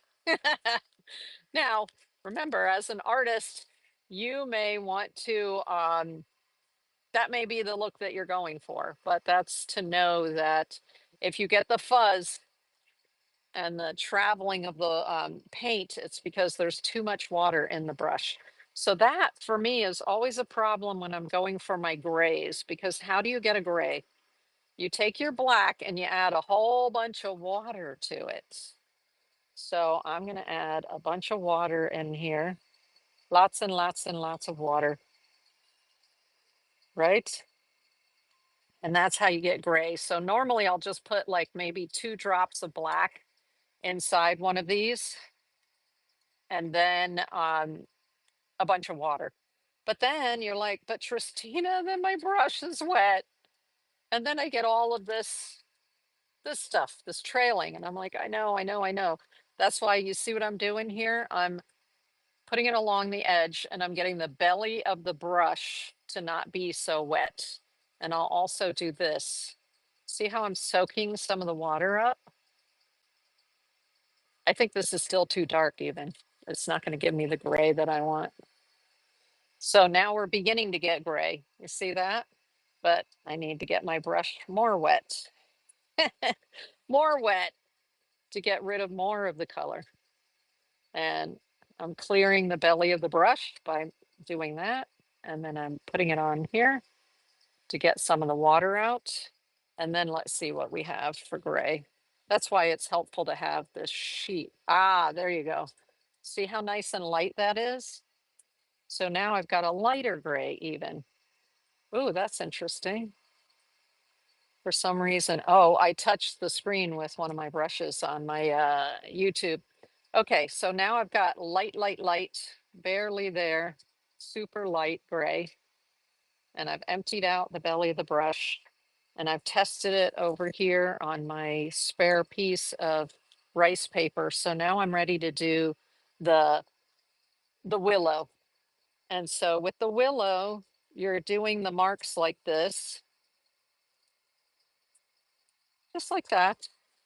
They cascade. Okay. Look at this where it was so wet. You see that? Where everything's run together. It's horrible. And it goes through the other side. It's terrible. Having too much water is not a good thing with Chinese painting. And you do need to be aware of that, right? Okay.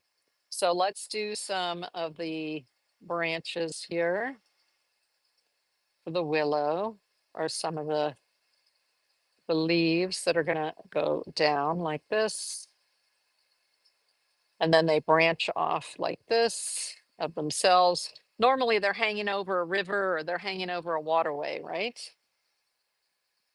Now, if I determine that they're too light when they dry, because sometimes they'll dry and then they'll be lighter, and then you'll go, oh man, that was too light. It's okay. You just come in with a darker color and do some darker color right over top of it is fine. It's fine. So let's do this. So stinking meditative. I just love doing these. And you're just doing little, like a hook and then straight down. A hook and then straight down. And then you build off of that one. So they sort of cascade. just like that. Let's do it off this one. I want it a little thicker.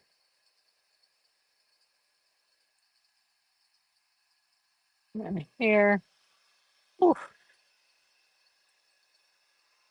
there you go. So that's how you do the willow. Let's get a little bit more going here.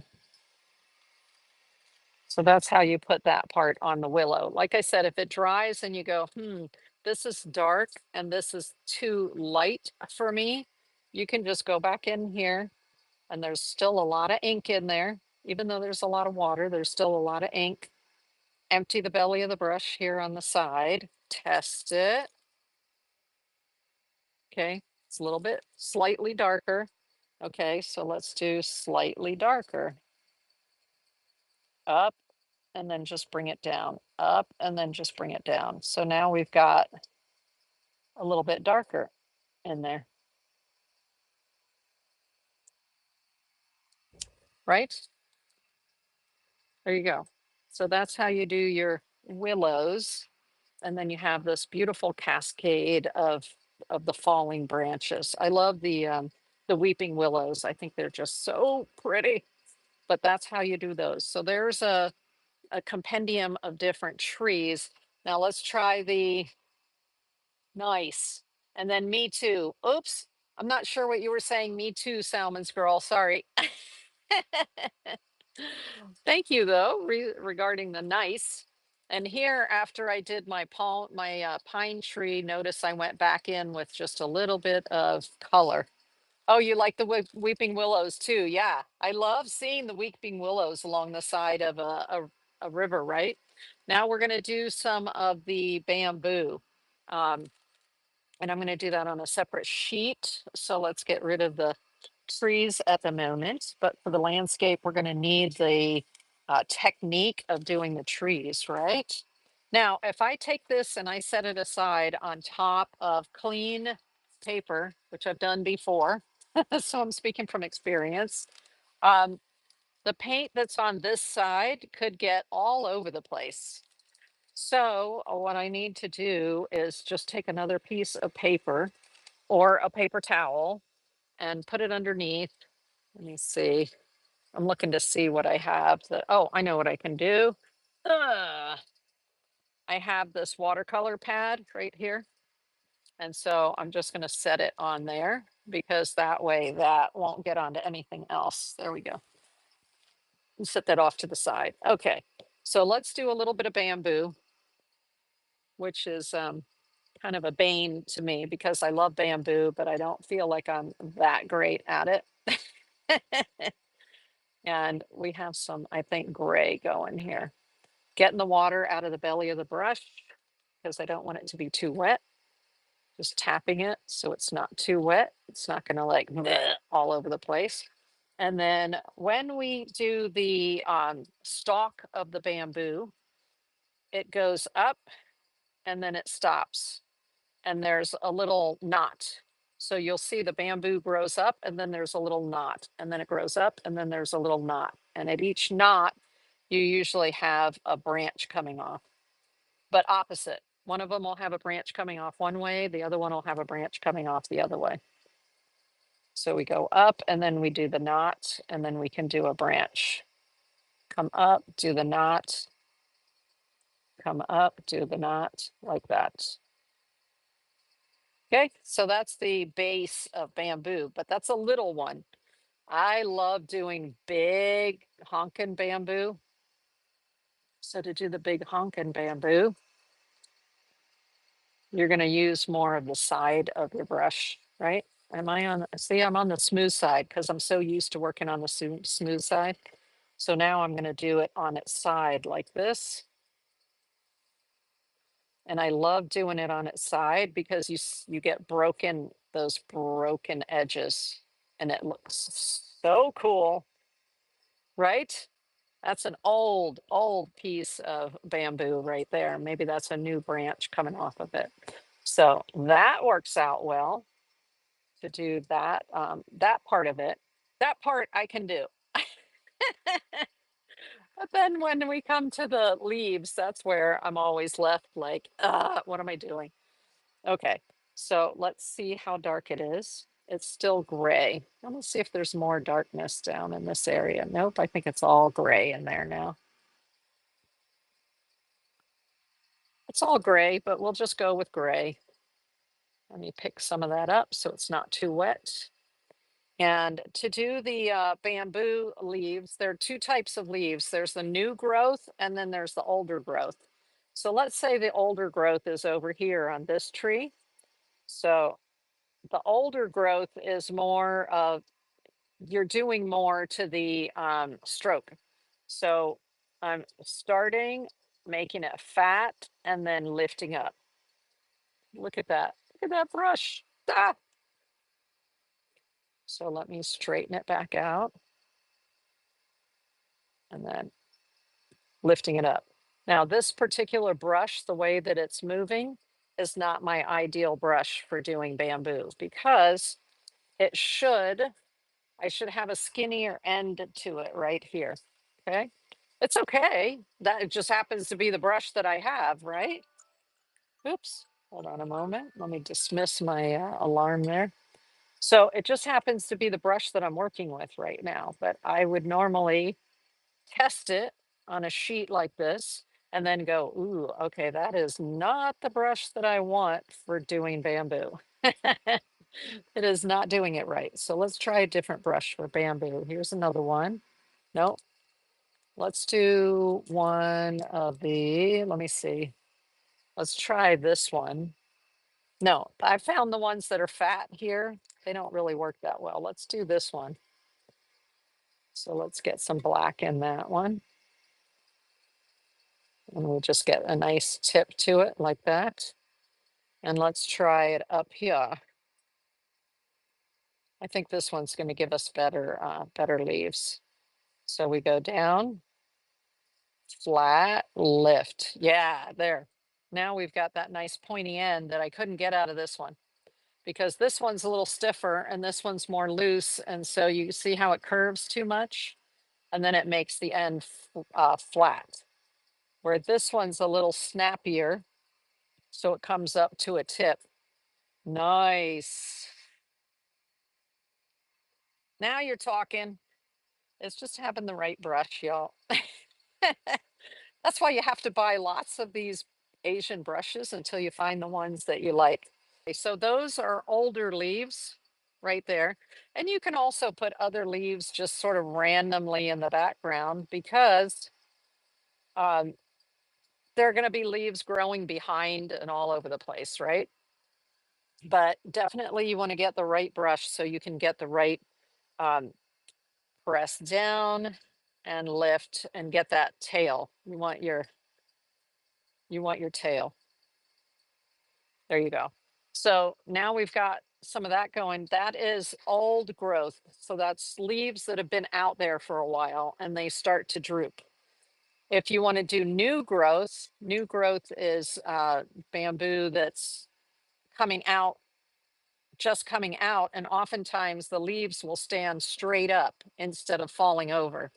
So here we're going to do it. Let's assume this is new growth right here.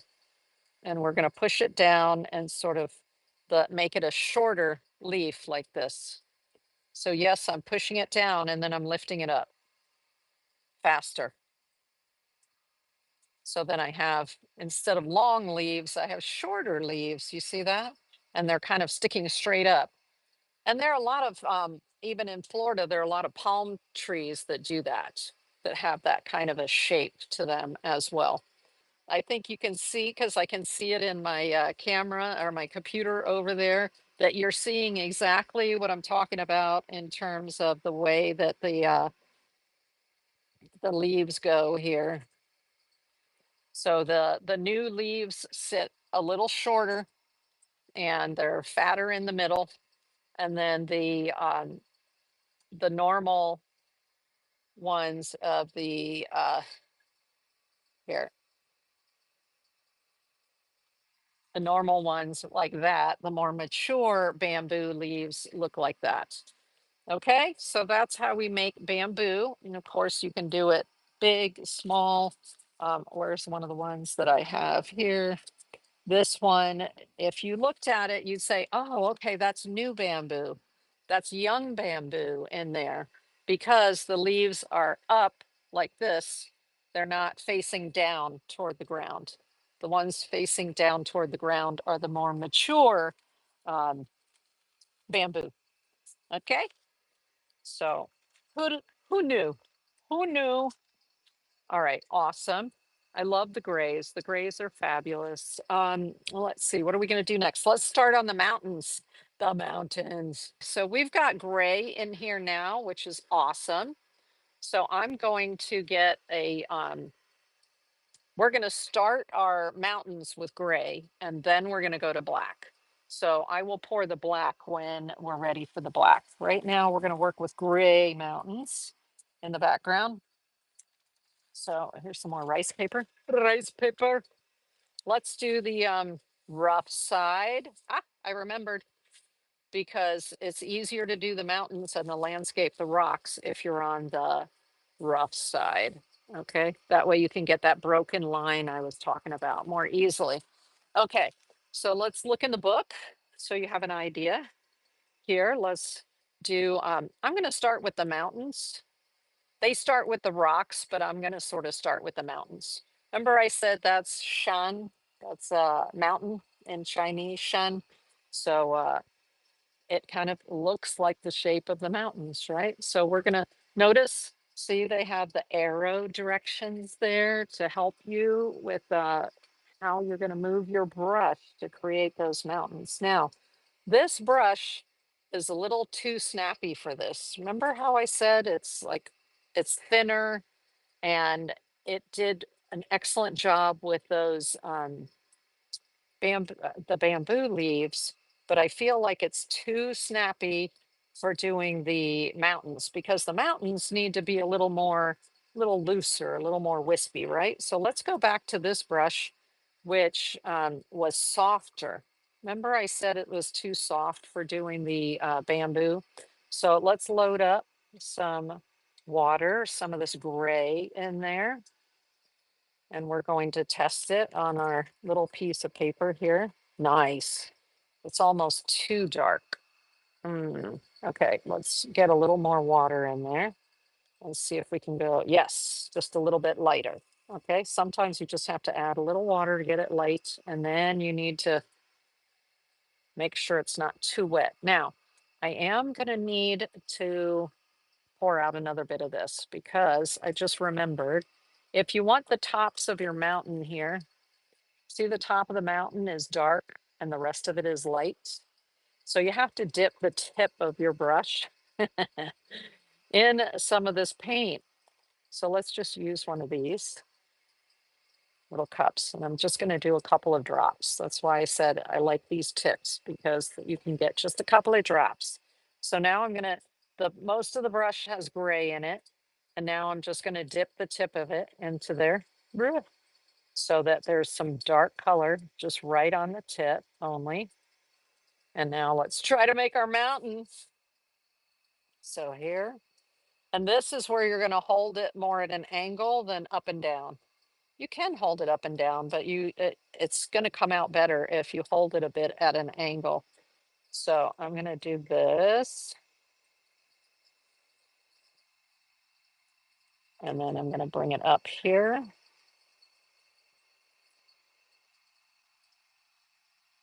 And then I'm going to use right now I want the belly of the brush because I want some of that gray, right?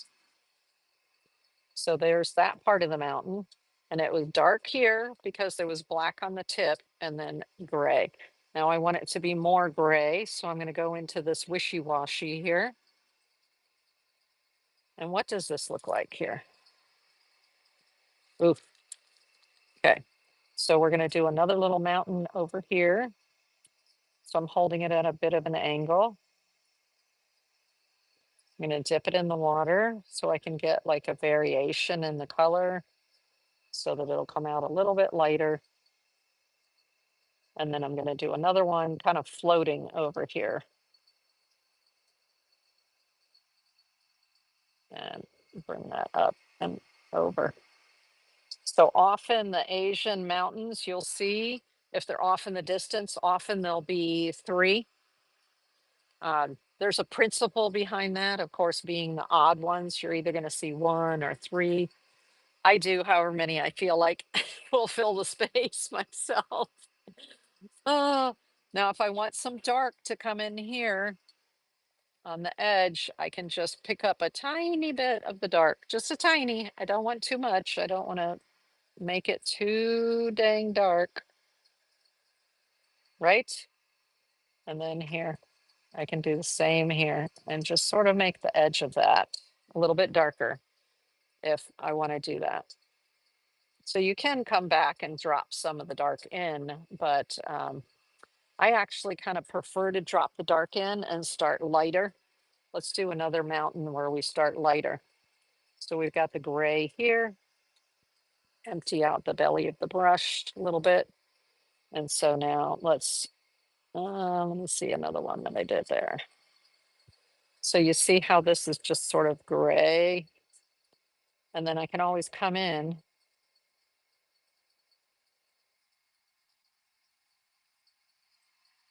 Let's make it lighter here.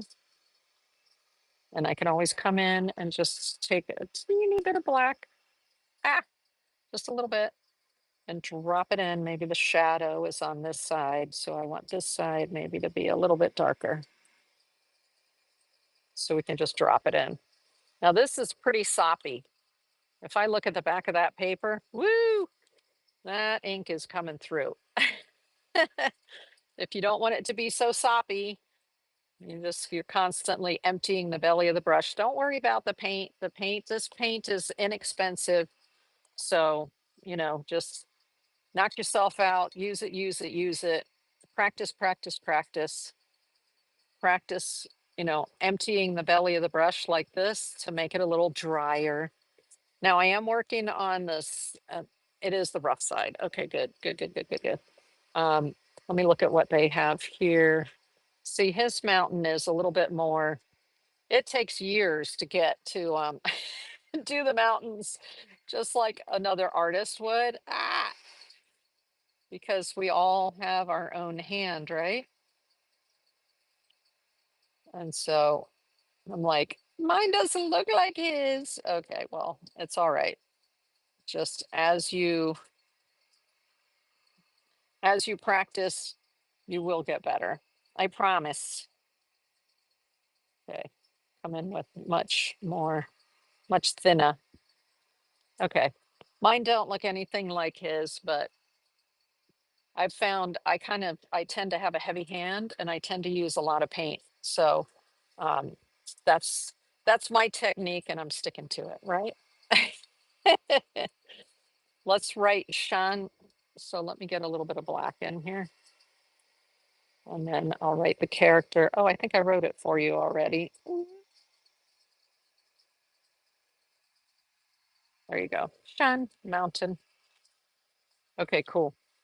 But definitely it's going to be a trick for you to work with getting just the right grays. Hey there. What is it? Mard's Rants. Welcome in, welcome in. I'm doing a workshop on um, Asian painting. And these mountains are like, they're not, there's something that I have to practice. I know I have to practice getting them right. Another thing is having the patience to wait and then come back in. And so start with super light colors and then come back in and build your darker colors. Okay. Now that's mountains. Let's look at doing, hold on a second, rocks, because rocks and mountains are not the same. So that's putting mountains in the background. Yee. Let's do some rocks. Make sure that I'm on the rough side of the paper. Plus, remember, this is sketch paper. And when we move to the thicker paper doesn't even act exactly the same. So this is just, oh, thank you. Amir on YouTube said, amazing. Thank you. So doing the work on the cheapy thin paper is not even going to be exactly the same as when you get to your other paper, because your other paper will take the paint differently. So let's go back to the rocks. Bloop. Here's some rocks. And so what you'll notice about these rocks is that there's a lot of broken line there. So we're going to be using the side of the brush. Oftentimes the broken line comes from the side of the brush, not the tip of the brush. And so I just loaded up some of the paint in there. I'm going to empty out. I don't want it to be too wet, right? And then we're going to do some just basic rock formations on the side of the brush. See, the brush is almost still too wet in it because it's not breaking too much. Okay. And then, so we're just building up some rock on the side. See how the brush is turned like that? And then we're going to put some marks here. And those marks are just going to sort of indicate like the directions of the stones, right? And we can do them that way, or we can do them this way. But that's going to give you some dimension. There's another mark that looks really cool on rocks, and it's a kind of a swipe. So you're going to take your brush and you want this part of the brush right here, and you're going to swipe it like this. And by lifting it and working on the rough side of the paper, you get this really cool, do you see that? The broken line. And so that's what, let me just put a tiny bit more in there. So I've got the brush going, and then we're just going to go like this.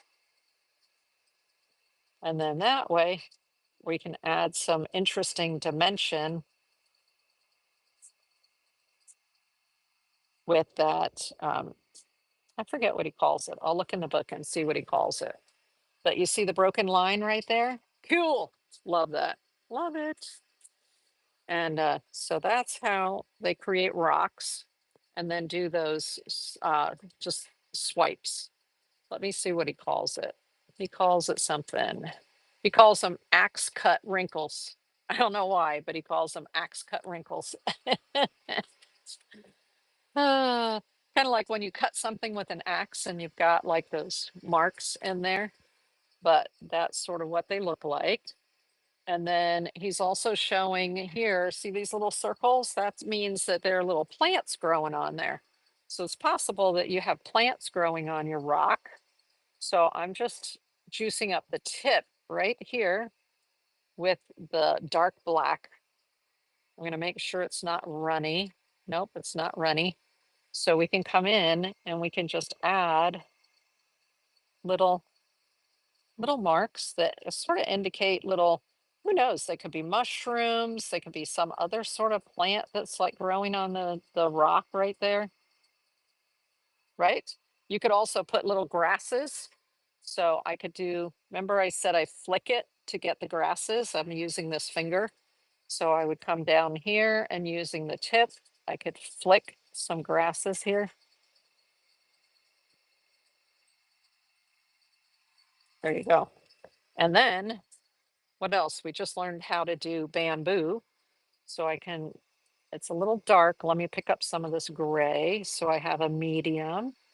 And let's do, I can do the bamboo branch sticking out here.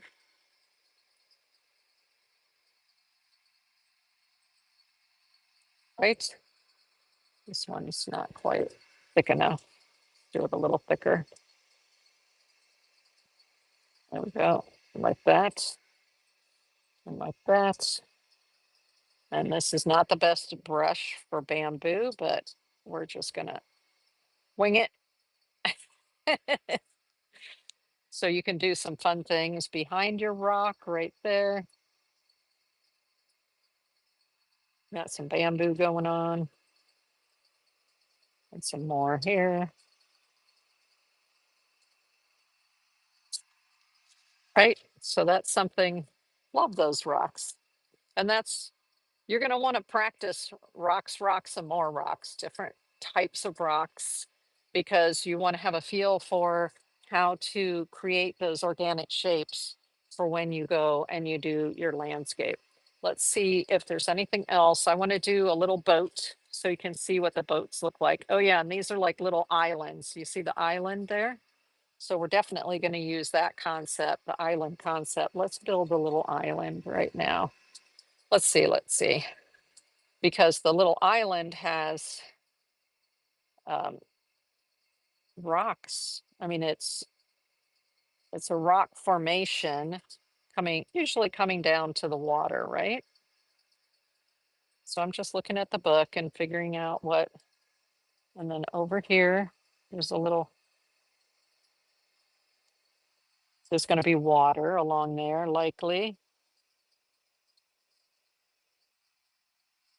Okay, and then here, this is going to come around like this. So now we've got an island, a rocky island.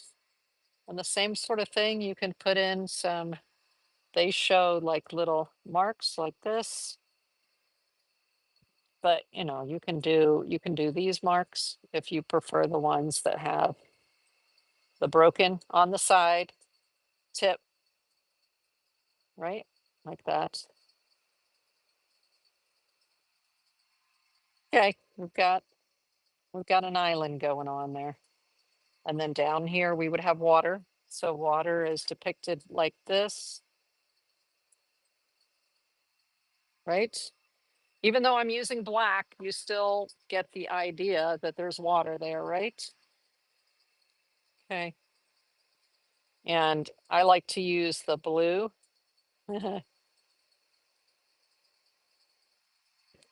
So there's water in front of the island, but that's sort of the shape of an island off in the distance, but using some of the same techniques that we were using right here on that. There we go. Okay, so let's put a boat in here so that you have an idea how to do a boat, and then we'll build a landscape. Ooh, let's grab a little bit more of the moisture off of there, clear the belly of the brush. And so to do the boat, we kind of have a almost a light U shape right here. And then we have one end and another end like that, right? Coming down in there.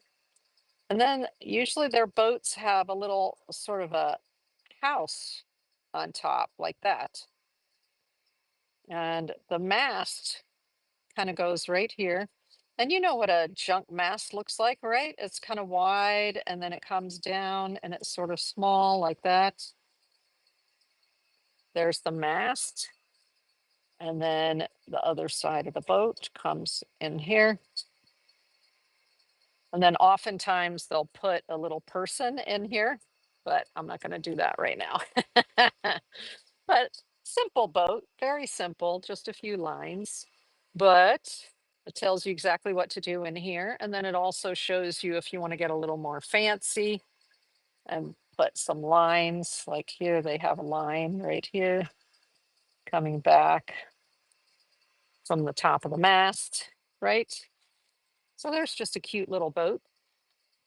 And we're going to use that when we do the landscape. So let's go ahead and do a landscape and incorporate those different elements that we were just reviewing. Oh my gosh.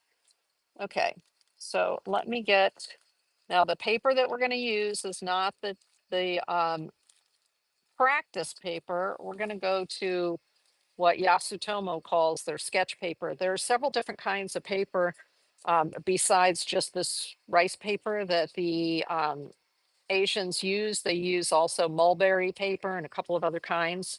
But for tonight, we're just going to use this piece of rice paper right here. I'm going to turn it onto the rough side because that's what the book says. They recommend doing the rough side. And then what I wanted to do was I wanted to look at this. I think this pine tree right here is really cute with the islands here and a little boat right there. Okay. So we're going to do that imagery, and I'm going to put this, and we're going to put some color in it. So let me get my colors that are sitting over here so that you can see how we color it. And okay, so I have my image in front of me, and when I use color, oh my goodness, y'all, I have a bunch of brushes because I have brushes for the blues and greens. I have the brushes for the reds and browns. I have different cups for those different colors to mix those different colors. So for instance, this, I showed you earlier, this red umber, which is absolutely gorgeous. And I don't want to use a brush that has another color on it. I want it to use its own color. I'm going into some fresh water here, and I'm going to pull some of this red ochre right there. Now, if I take the red ochre and I drop just a little bit of this gray on it, you're going to see it turns like the perfect pine tree brown. That's a little bit light. I always go with less black and just add more black if I need it. So here's a little more black. And now I've got pine tree brown. Isn't that amazing? Just like that. Just like that. You can make any sort of range between that reddish color here to your browns here. And then I keep this brush for the browns instead of mixing them up. Another color we're going to need is we're going to need a blue, and then we're going to need a green. So let's start out with the blue here. Now this blue, that's from Yasutomo. This is a dark blue. So once again, I need a different brush. Let's use this brush right here. So this is just water in there. So this is a dark blue. It's kind of like an indigo. You see that there?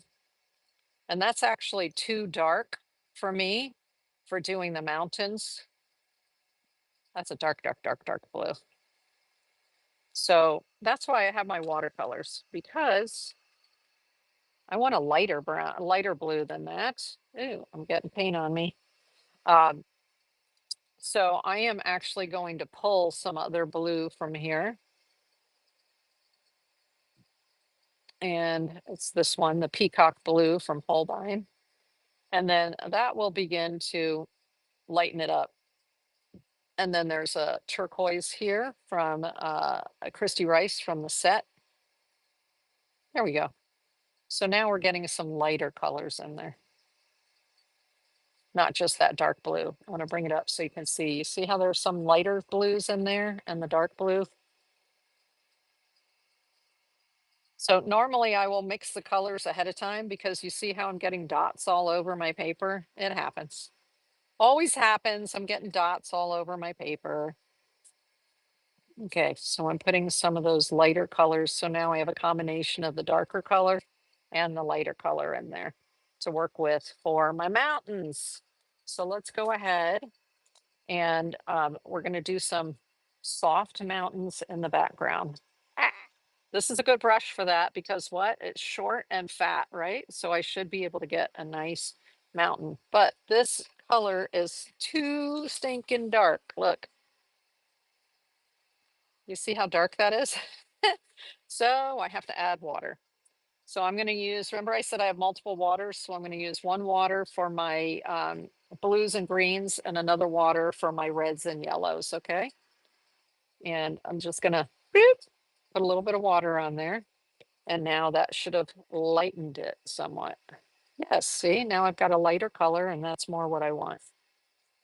So I'm just going to put the tip in the dark. So the rest of it is light. And then I'm going to start doing my first mountain. So I'm just going to, this is going to spread because my brush is super wet, but that's okay. And then I'm going to build the other side of the mountain over here. And then there's another, let me get some more dark there. It's another little mountain in the background here, but they don't touch.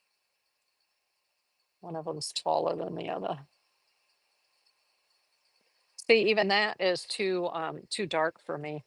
So I'm gonna actually darken a little bit the tip right here, the top. I'm picking up some of the darker color.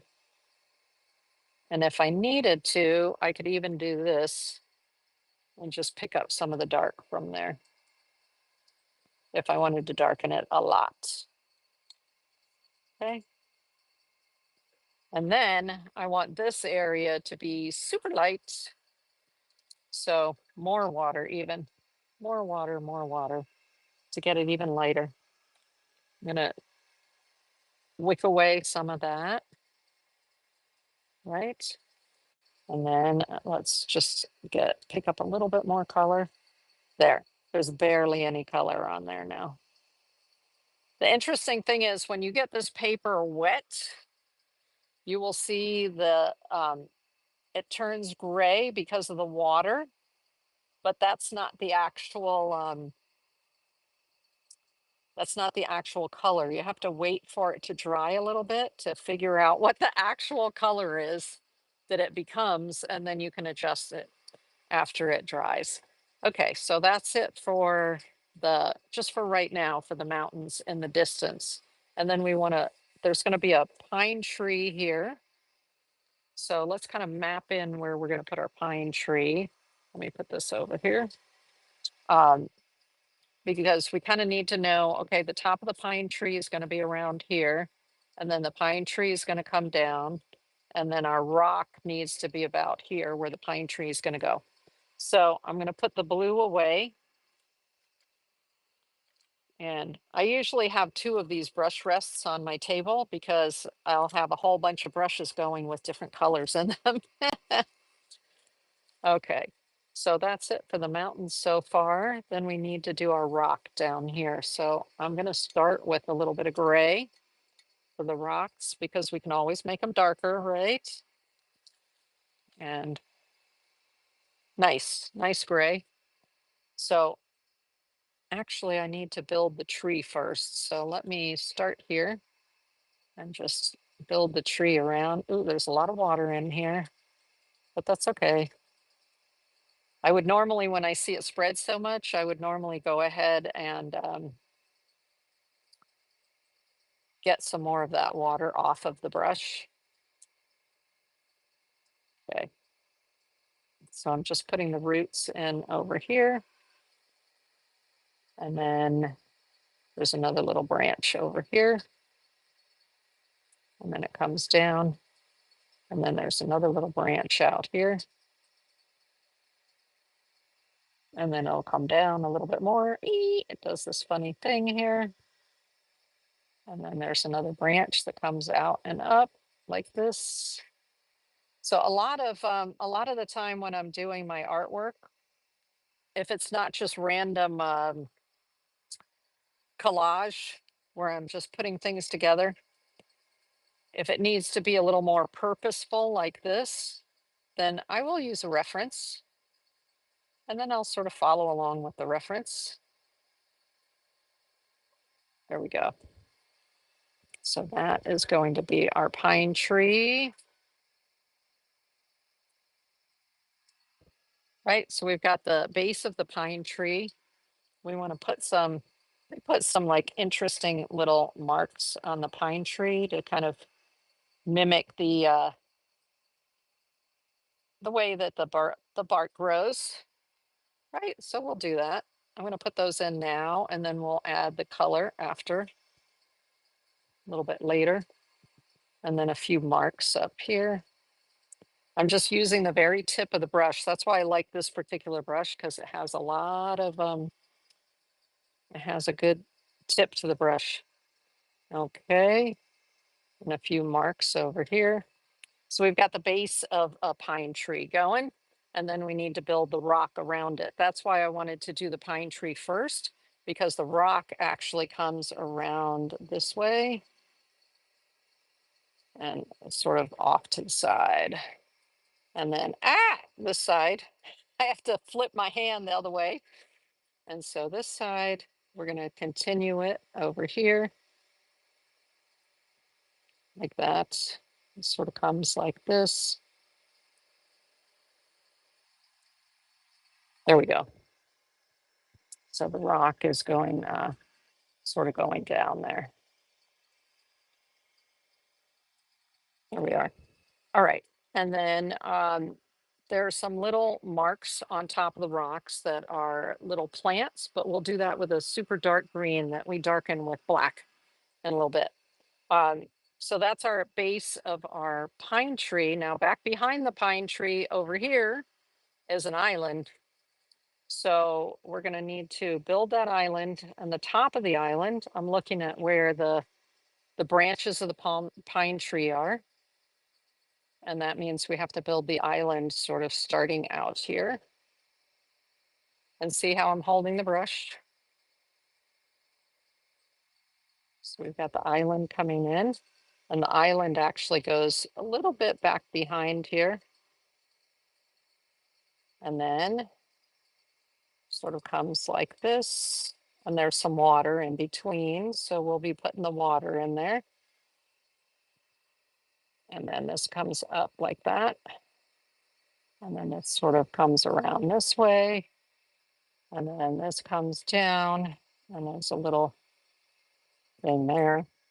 So I'm just following along with the picture. If y'all get yourself the book, then you'll know what the image is and you'll be able to follow along too. So this is what we're working from if you weren't here earlier. Thank you. Eric said beautiful color. I think that was the blue.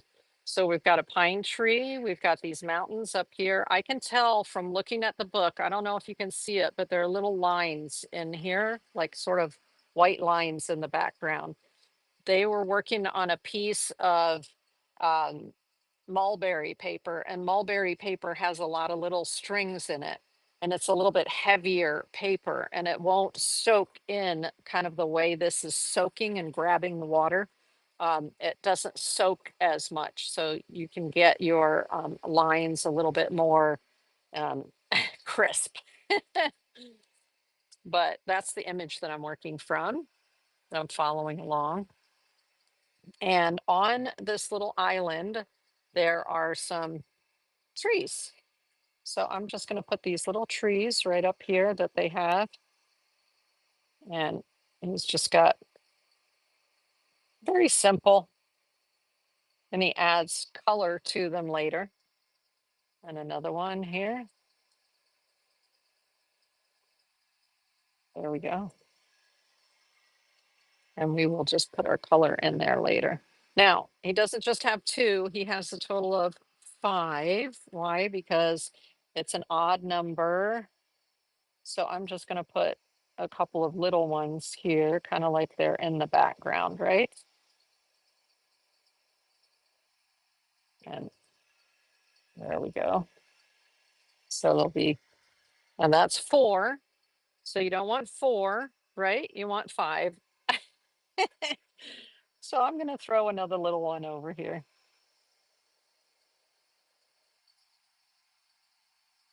There we go. This brush still is holding a lot of paint in it. And then we'll go back after that black is dry and we'll put the color right over top of it. Now, he also has a little plum tree over here, kind of off the side of the island. So let's do that. We've got a couple of little branches here. And then it comes down and then it sort of comes like this. And then a little bit comes out here. So he's got a little plum tree coming off the side of the island over there. And he has another plum tree over here. So let me just build this little plum tree here too. Teak. And then another out here. Normally, I think about where, how this is going to be mounted. And then I govern myself accordingly as far as how far out to the edges I go. So let me take a mat so you can see. And this is mats have different widths right here. This is an 11 by 14 mat, but it's a skinny mat because these papers fit perfectly into the skinny mat. So I would put the skinny, if I have a question as to what's going to show in the picture, I take the skinny mat and I put it over top of it so I can see how far over I want to go on any given side or how far up or down. Okay. That'll give me an idea as I'm painting if I need to make adjustments. Okay. So that's it for the pine tree, the island. Now, with the island, they did a little bit of contouring. So I'm going to do just a little bit of contouring from the side of the brush, right? So there's a little contouring here. There's a little contouring over here. And of course, there's some contouring here because this is going to be darker up in here. Little contouring along here. And you can just imagine that it's like some rocks along the edge of the little island also. Okay, cool. And then we have some rock sort of activity here too. And a little bit down here. So this is a little bit dry now, and it's also, I'm using the side. I'm not using the tip. And I'm drawing in some of that because I noticed I have a darker color on my brush right now. And so that works perfectly for drawing in some of this contour right along here. And a little bit of contour here. Let's see. How are we doing? Okay, good. Excellent. Now they also put some little grasses down here. So I'm just going to pick up just a tiny bit more moisture on the tip of the brush so that the paint will flow off instead of coming off as a dry brush sort of effect. And I'm just going to put a few grasses in here. So I'm putting it down and just flicking it pretty fast.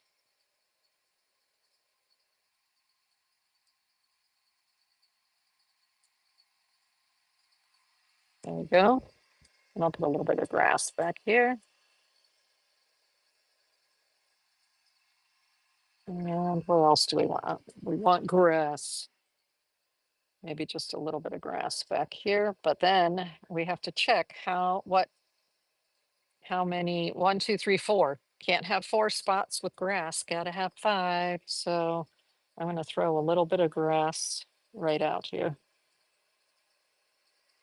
There we go. So now we've got some grass over there, which is close up, close to us. So you're able to see that grass. Okay. What else might we need the black for before I go on? We're going to need black for the sailboat, right? Plus I can see there's a little bit of definition on the side here too. All right, and a little bit there. Now let's do the sailboat. And the sailboat, we're just going to do like that, like that, like that, right? We're going to do the same thing that we did. We're going to build a little sail right here, something like that. Now that is not dark enough, so I'm going to need to pick up a little bit of dark from the end because we're just basically using the tip to create the little sailboat, okay? And I'm noticing this sailboat on his painting is over here and going that way, but we're going to have a lot going on over here on this part of the painting, so I'm going to put the sailboat over here going that way. Uh-oh. So I'm going to bring it closer to the island because that tells me that it's further away from this rock, right? This rock and this part is very close to us, and this part over here is further away. So I'm going to put the sailboat closer to the island over here. So it's kind of goes like this. And then it has the edges that go like that, right? And then we're gonna put the little house thingy on there like that. And then we're gonna build the sail. So just a little bit like this. And then let me see, the front edge kind of goes like this.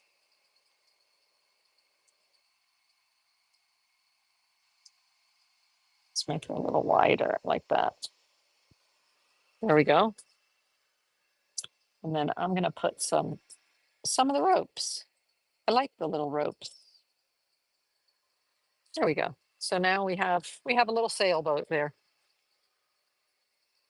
And I want the sail to be slightly different. So changing the size of it just a little bit. Okay, so now we have a sailboat in the water and it'll be painted with color.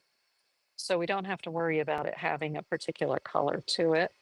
And what I noticed that this particular painter did with their pine tree is they put their pine needles in with black and then they went back and put green around the pine needles. So we're going to do that. Plus, I need this to be a little darker in here. And then I want a spot or two right here to be a little darker on the pine tree. Okay, so we're going to do some pine needles. I'm not going to do the whole thing because that would make you nutso, but I've got some black in here. So I put black on the tip and now I'm going to work with the tip and actually right back in here, there are some pine needles from a branch in the back. So I'm going to start by making the middle, doing the little sides. So there's a set of pine needles, okay? And then we just sort of build them out here.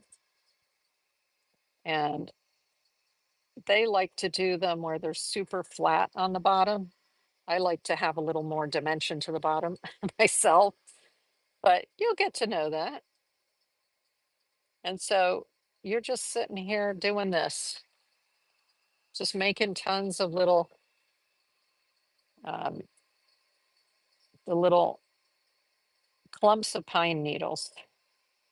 Okay, let's do a few more so there'll be enough for me to put some green around it. So you'll be able to see. And then some coming up the back here. Let me do another one here. That's a nice big one. Okay. And then it's going to come across here. There'll be some, because this branch is back behind there. And so there's going to be one right here as well. Back here.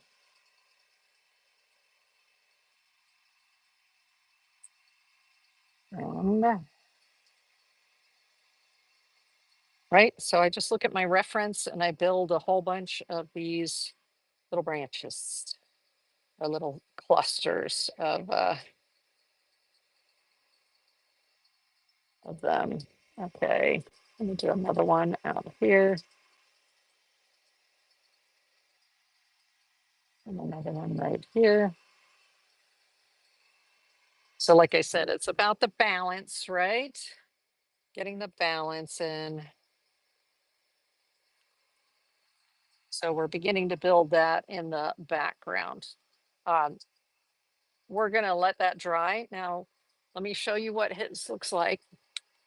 So I would sit here and meditatively, I would draw all of these in, right? In order to have the all those branches that I would then go back and put green in. Now, I'm not gonna make you wait. I will finish that offline. So what I'm doing now is I'm just asking it to dry a little faster. So I'm just using a heat tool. You can do that. Let's do that. You know what? I'm looking at it. Oh, You know how it is, balance, balance. There's one more, I want one more over here. There, okay. And then we're gonna work on some of the other colors while that dries. But I will be, when I build this out, I will be putting this part up here. It will come all the way out to about here. So I'll have some over here and I'll build it all the way out to over here and then up. So there'll be a canopy of these little pine needles going like that. All right, let's look at color now. Um, Actually, there's some little, yeah, we're just going to do that in the dark green. So this one was the black. So I'm going to set that aside and leave it. I know that that's black. So you can see the difference here between the grays and the blacks, right? But I'm okay with like the tree being gray because I'm going to put some of that bark, right? That brown that we made using the red ochre and the black. So where is my brush? I think this is the brush that had that in it, right? Nope, that just had water in it. Ah, which one had it in it? Oh, here it is. This one. Yep, that's the brown. Okay, here we go. So let's test it on here. Okay, it's a little bit too brown for me, so I'm going to pick up a little bit of the yellow ochre that was in there, and I'm actually going to grab a little bit from the yellow ochre because I don't want the first layer to be so dark. You can always go back in and darken it. That's a little bit lighter. I like that better. So now, again, sort of with the side of the brush, we're just going to come in. We're going to see that's even dark. Yeah, I would have had it be a little bit lighter. Let's add some water. Adding some water will help to lighten it. There we go. That lightened it a little bit.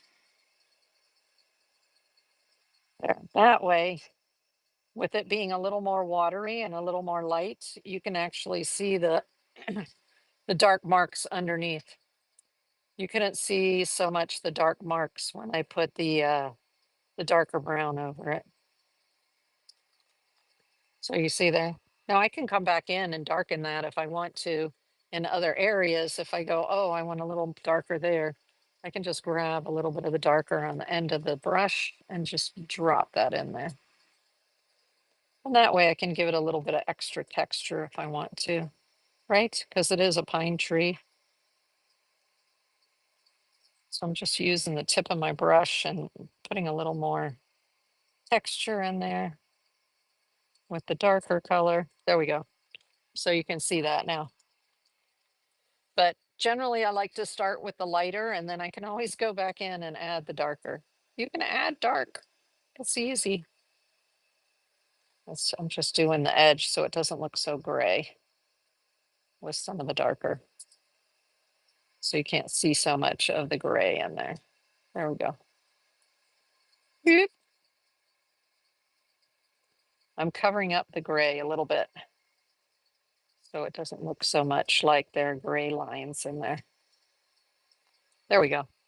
So that's a little more, it looks a little more natural. Okay. Is there any other brown that I need to use while I have it on my brush here? I'm looking at, looks like some of the lighter, so not quite so brown, is over here. And I'm going to add some water there.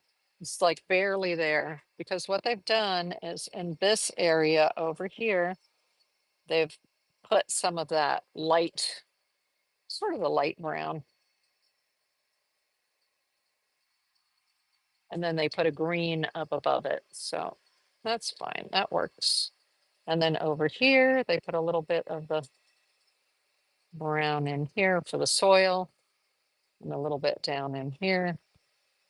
So try to use whatever color that one color is that you have in multiple places while you have it on your brush. Yeah, there you go. Okay. So we can clean this. Well, I will wait because actually the junk, this boat is red, but it's like red, red. So I'm going to take this brush and I'm going to get most of the color out of it. See, there's a little bit in there, but most of it is out of there. And then I'm going to grab some red. Why not? So we've got some red here. And that's just right here from the Christy Rice set. So I've got some red on there. And they made the sail here red. And they made the top of this red. There, nice. Now what I'm going to do is I want to make the body of the boat. What color do I want the body of the boat? They have it kind of brown. So I'm going to pull up a little bit more of that. I put a little more brown on there. Now notice I'm not coloring the whole sail or the whole boat because it's okay to have some white space, especially with the fact that these paints spread so much on rice paper. You kind of want to be like, okay, okay, you call uncle, right? You don't want it spreading everywhere and getting too crazy. Okay, so that's it for our browns and reds. Let's look at, you know what? I want to put a little bit of yellow on that sail to really make it pop. So let's grab a little bit of yellow. Uh-oh, you guys are gonna freak out. This is the from the Christy Rice. It's the fluorescent yellow. Why not? Just for the heck of it. Let's put a little bit of, okay, it doesn't look like much. It kind of just blended in. It didn't give me like a pop of fluorescent, but that's okay. It's all right. Okay, so now we want to get some greens going. So what do we need to do to get greens? We need some yellows and some blues, right? Or we could pull a green directly from here. Actually, that's what I did the other day when I was starting. I just pulled some green from here. So we need a different brush for the green, right? Is this what we're gonna do? Let's do this one. Okay, so nope, that's blue. That's all right. This is my Cascade green from Daniel Smith. Love that green. But you see how it's kind of an artificial green look? That's why I pull some of this crazy, fluorescent. Because when you put the crazy fluorescent in with it, you kind of get a middle ground of green. See that?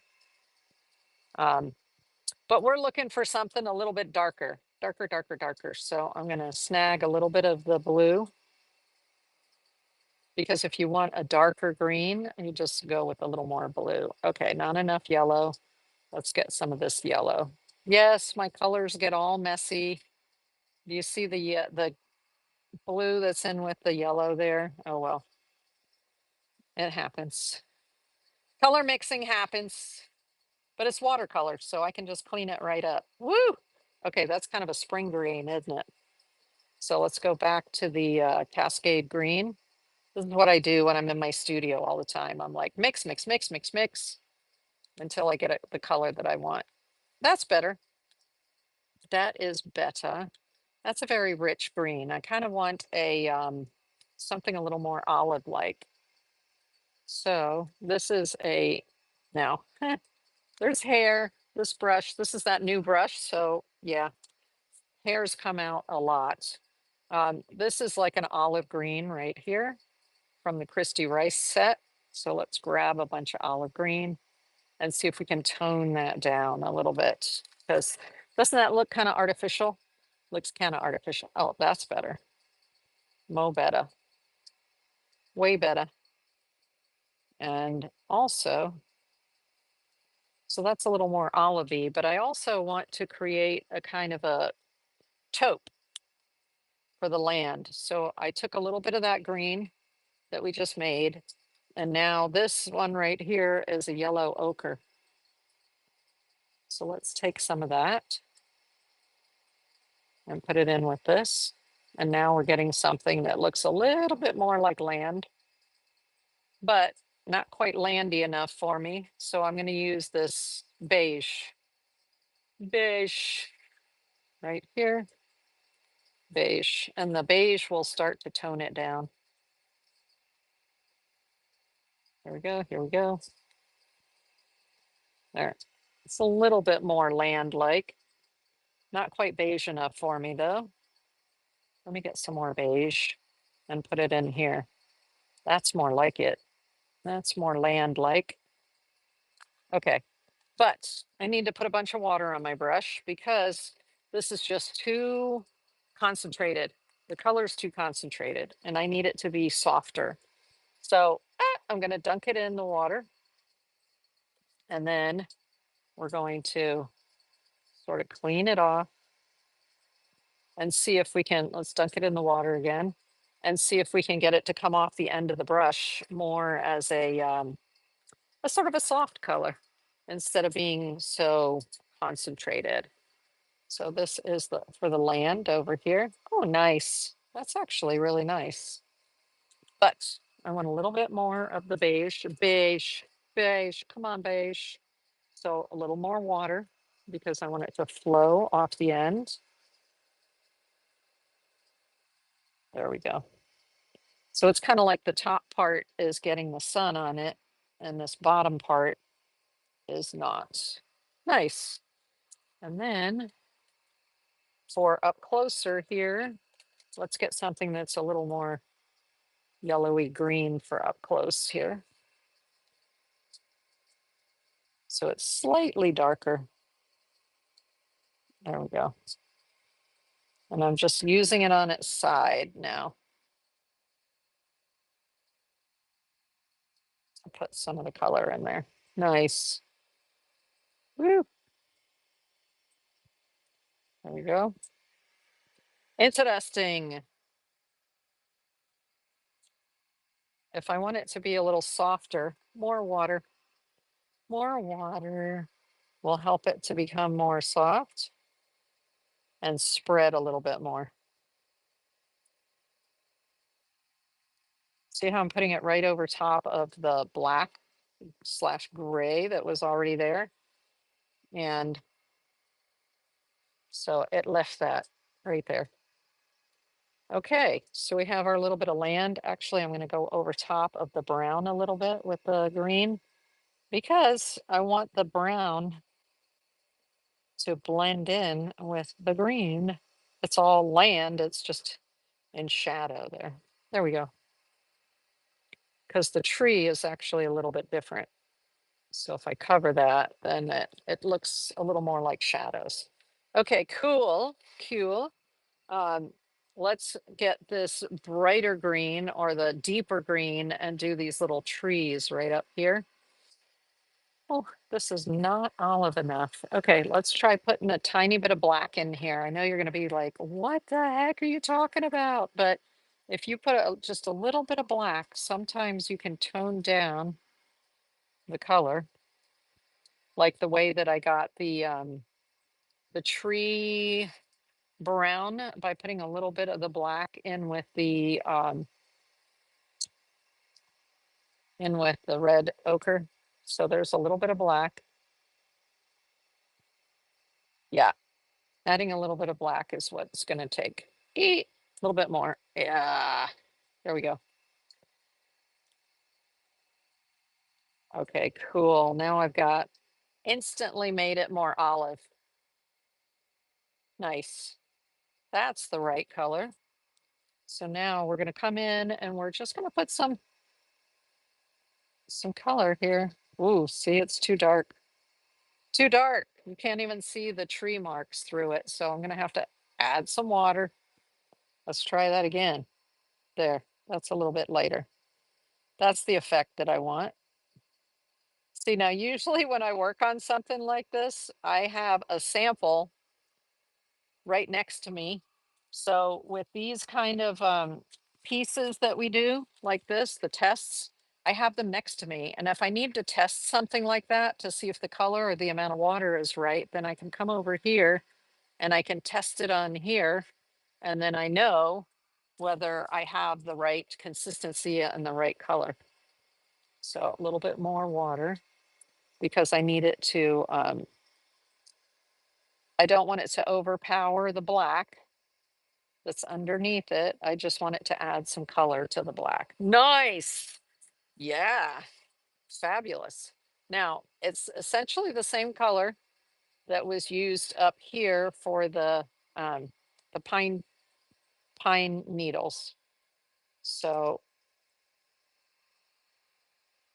let me make sure there's plenty of water in there. There we go. Because I want to get the color in here, but I don't want it to overpower the black, right? I just want to give a touch of color.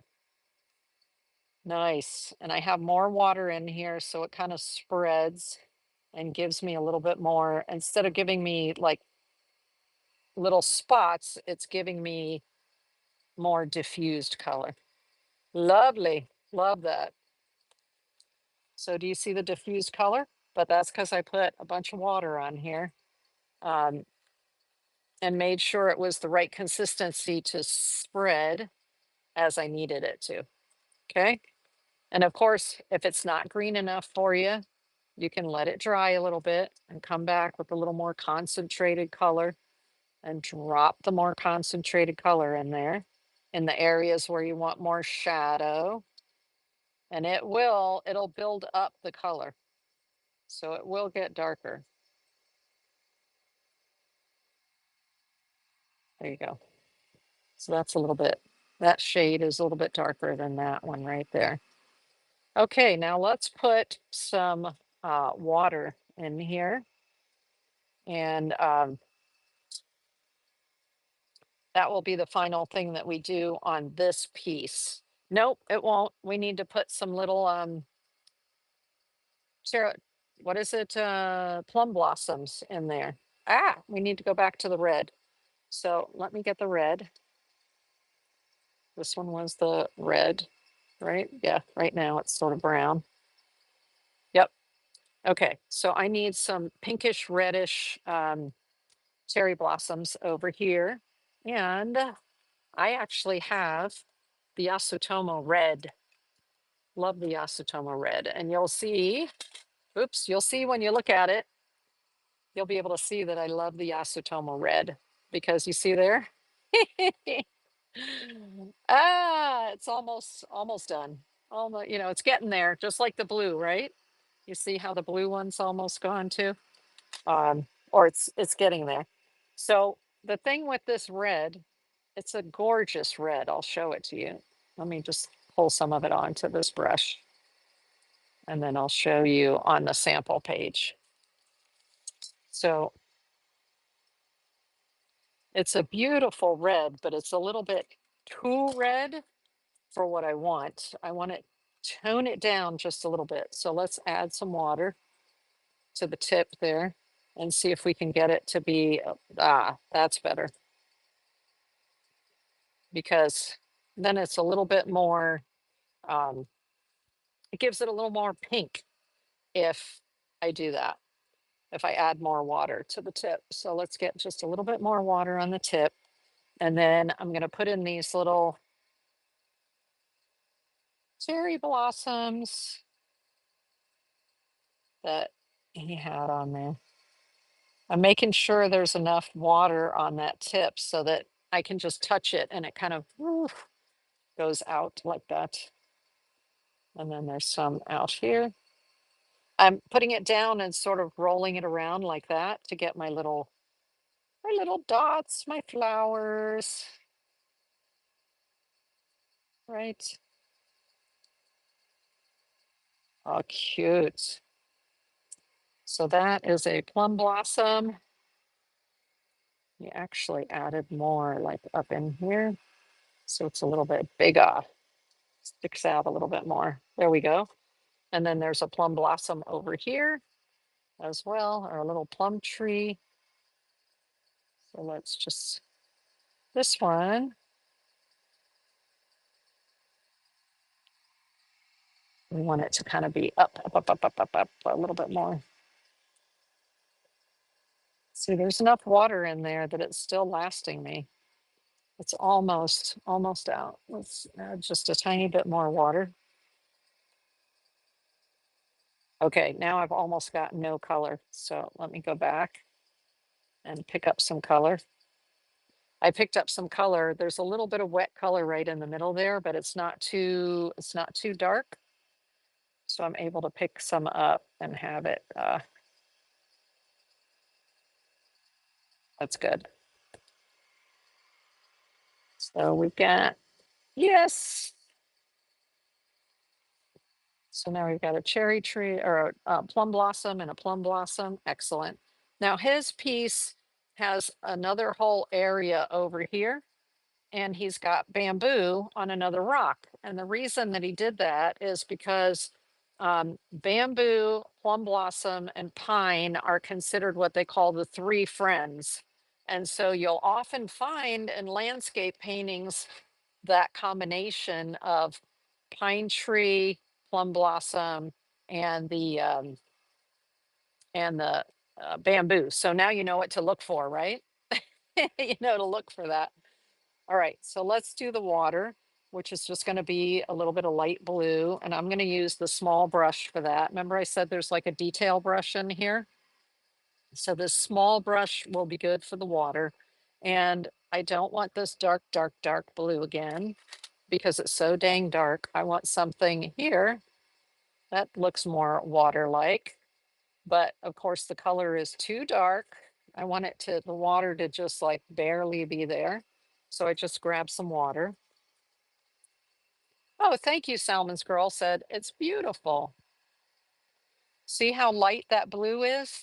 To me, that's more the feel of water. You want it to be light like that. You don't want it to be heavy. Well, maybe you do want it to be heavy. Who am I to say? I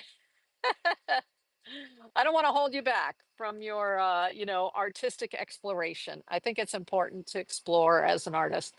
Okay, so I added a little bit more so it's dark again. See, that's what it was with water. That's what it is without water. So I am going, hey, Miller House, welcome in, welcome in. Can you make a big, strong frog with a knight helmet? Hi there, Jacob. I think you asked me that last week too about drawing a frog. Um, the only frogs I've ever done before were not with paint like this, but drawing.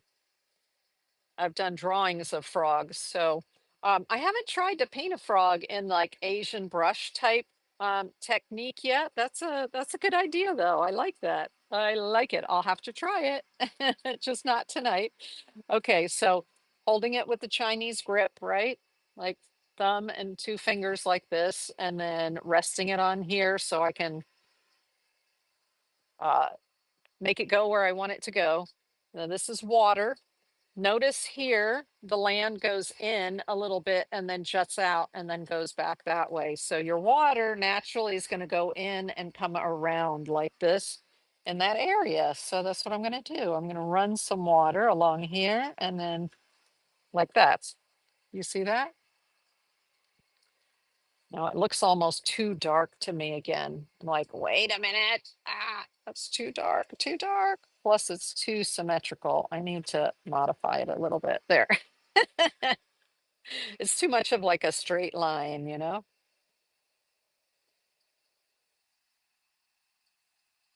There we go.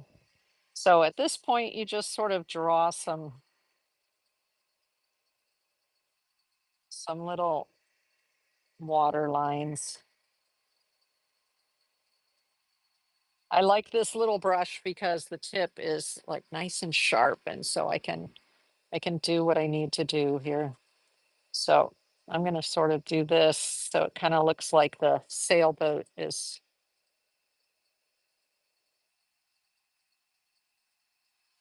adding a little bit of it's moving, right? Makes it look like it's moving. And then we're going to come back along here. And there's like this. Okay, so you don't have to get too crazy when it comes to the water. I mean, you look at it and you go, oh, there's water there. You know, you can kind of get a feel for that. There we go. I think that's enough. Maybe, maybe not. Let me do this right here. There we go. Are you starting to see the water? Uh, and then these mountains, I'm like, I'm gonna have to work with these mountains because I'm not happy with where they're going yet, and I'm gonna want to do some more things to them in order to have them feel right to me. Let's add a bunch of water in there, get some diffusion going. So we'll see what happens with those. I like it so far. Thank you, Salmon's Girl. I love like I am obsessed with those pine trees now. Oh my gosh, now that I've learned how to do the pine tree like this, I'm obsessed. I'm going to be doing more pine trees because I just love the pine trees. And that is it for this part of the workshop. I know that the workshop, the artwork is not done, but that's what I do in between this week and next week is I will go back in and I will finish adding all of the pine needles for the pine tree, and I'll add some other details into this rock and this island right here, right? And just sort of shore it up. I might put another little mountain floating in the background over here. I don't know yet until I look at the balance of what's going on with the pine tree. Um, but I like where it's going so far. I like that there's kind of a pinky red, and a pinky red here. So I've got it in what, 3 places on the artwork. So I have it in multiple areas, and that makes me happy. But these 2 mountains don't make me happy. So I'll either be adding like another little something, something over here, or I'll be adding maybe another floating one out over here as a possibility, or another one down. I don't know. The possibilities are endless. Now, the cool thing is, you see these little cups right here? These little cups with that paint in it. This paint is watercolor paint. So I can come back later after it's fully dry and I can add some water to it. And you see, this is fully dry already right here. And if I just add water to it, it'll rehydrate. So I don't lose the colors that I'm working with if I want to go eat lunch or I want to stop for the night. Like it was 2:30 in the morning last night, and I'm like, I feel kind of tired. What time is it? And then I realized it was 2:30 in the morning, and I was like, oh my gosh, I need to go to sleep. But you can rehydrate just like that. So this blue, this green, the green is already dry. So I'll just put that in there like that. This green, the light green is already mostly dry. The brown, there's a little bit of wetness on the brown. So I'll leave that out. This black.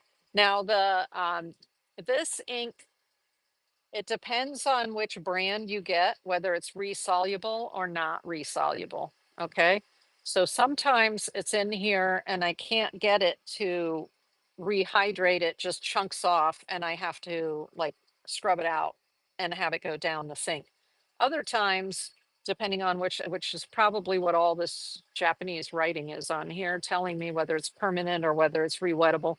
Um, if it's rewettable, I can just add more water and keep going. So if I take this wet brush and come in here, see now that it's dry, it's not coming back up.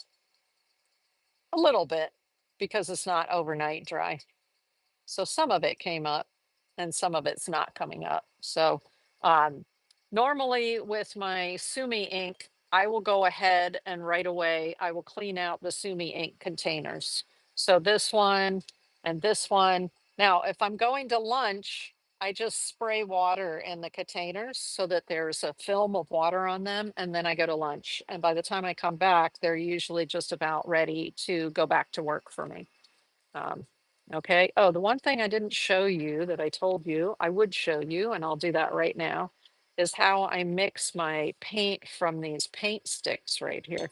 So I take plain water, and usually I'll use a pipette like this, and I put plain water, and I'll put a couple drops in the mixing stone.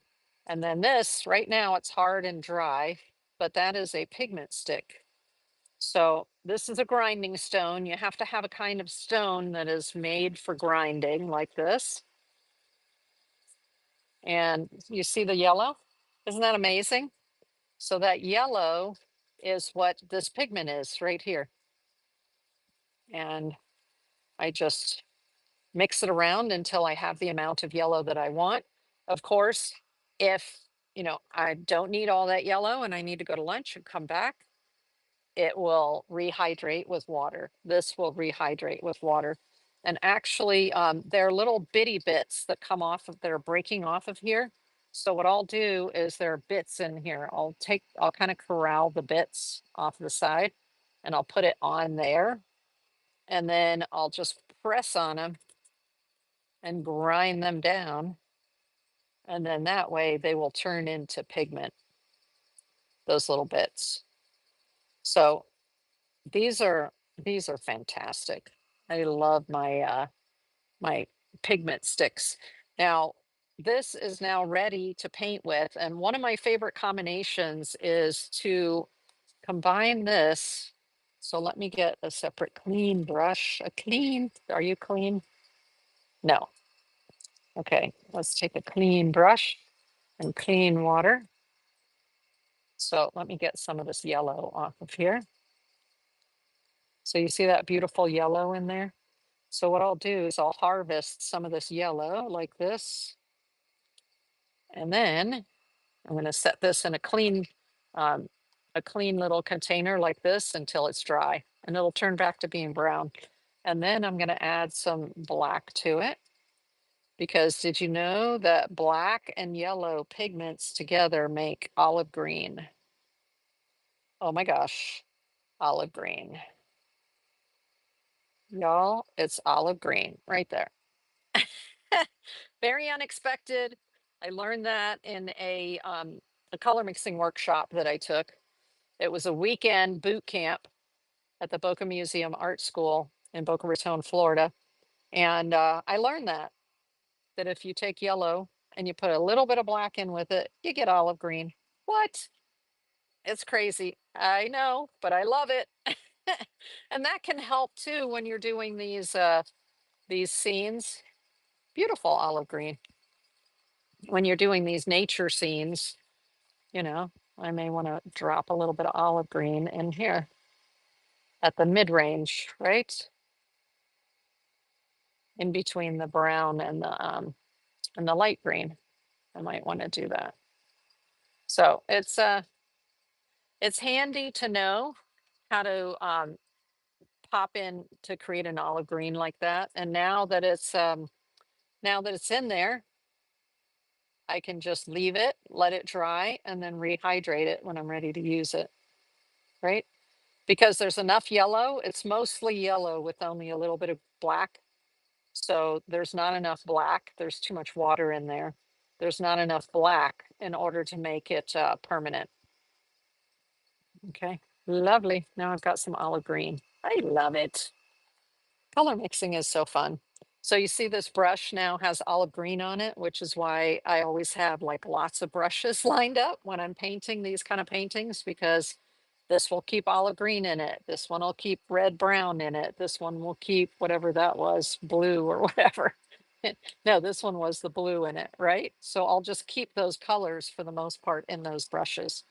And usually halfway through a painting session, I have to go and change the water too, because the water starts to get black. Now you see this black water?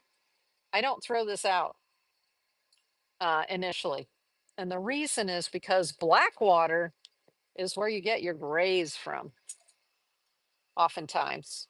So I will just take a brush. Let's take a clean brush that has nothing on it. Okay, that has black on it. Let's just take a brush that we haven't even used yet, this one, okay? And I'm gonna take this and I'm gonna just dump it in here.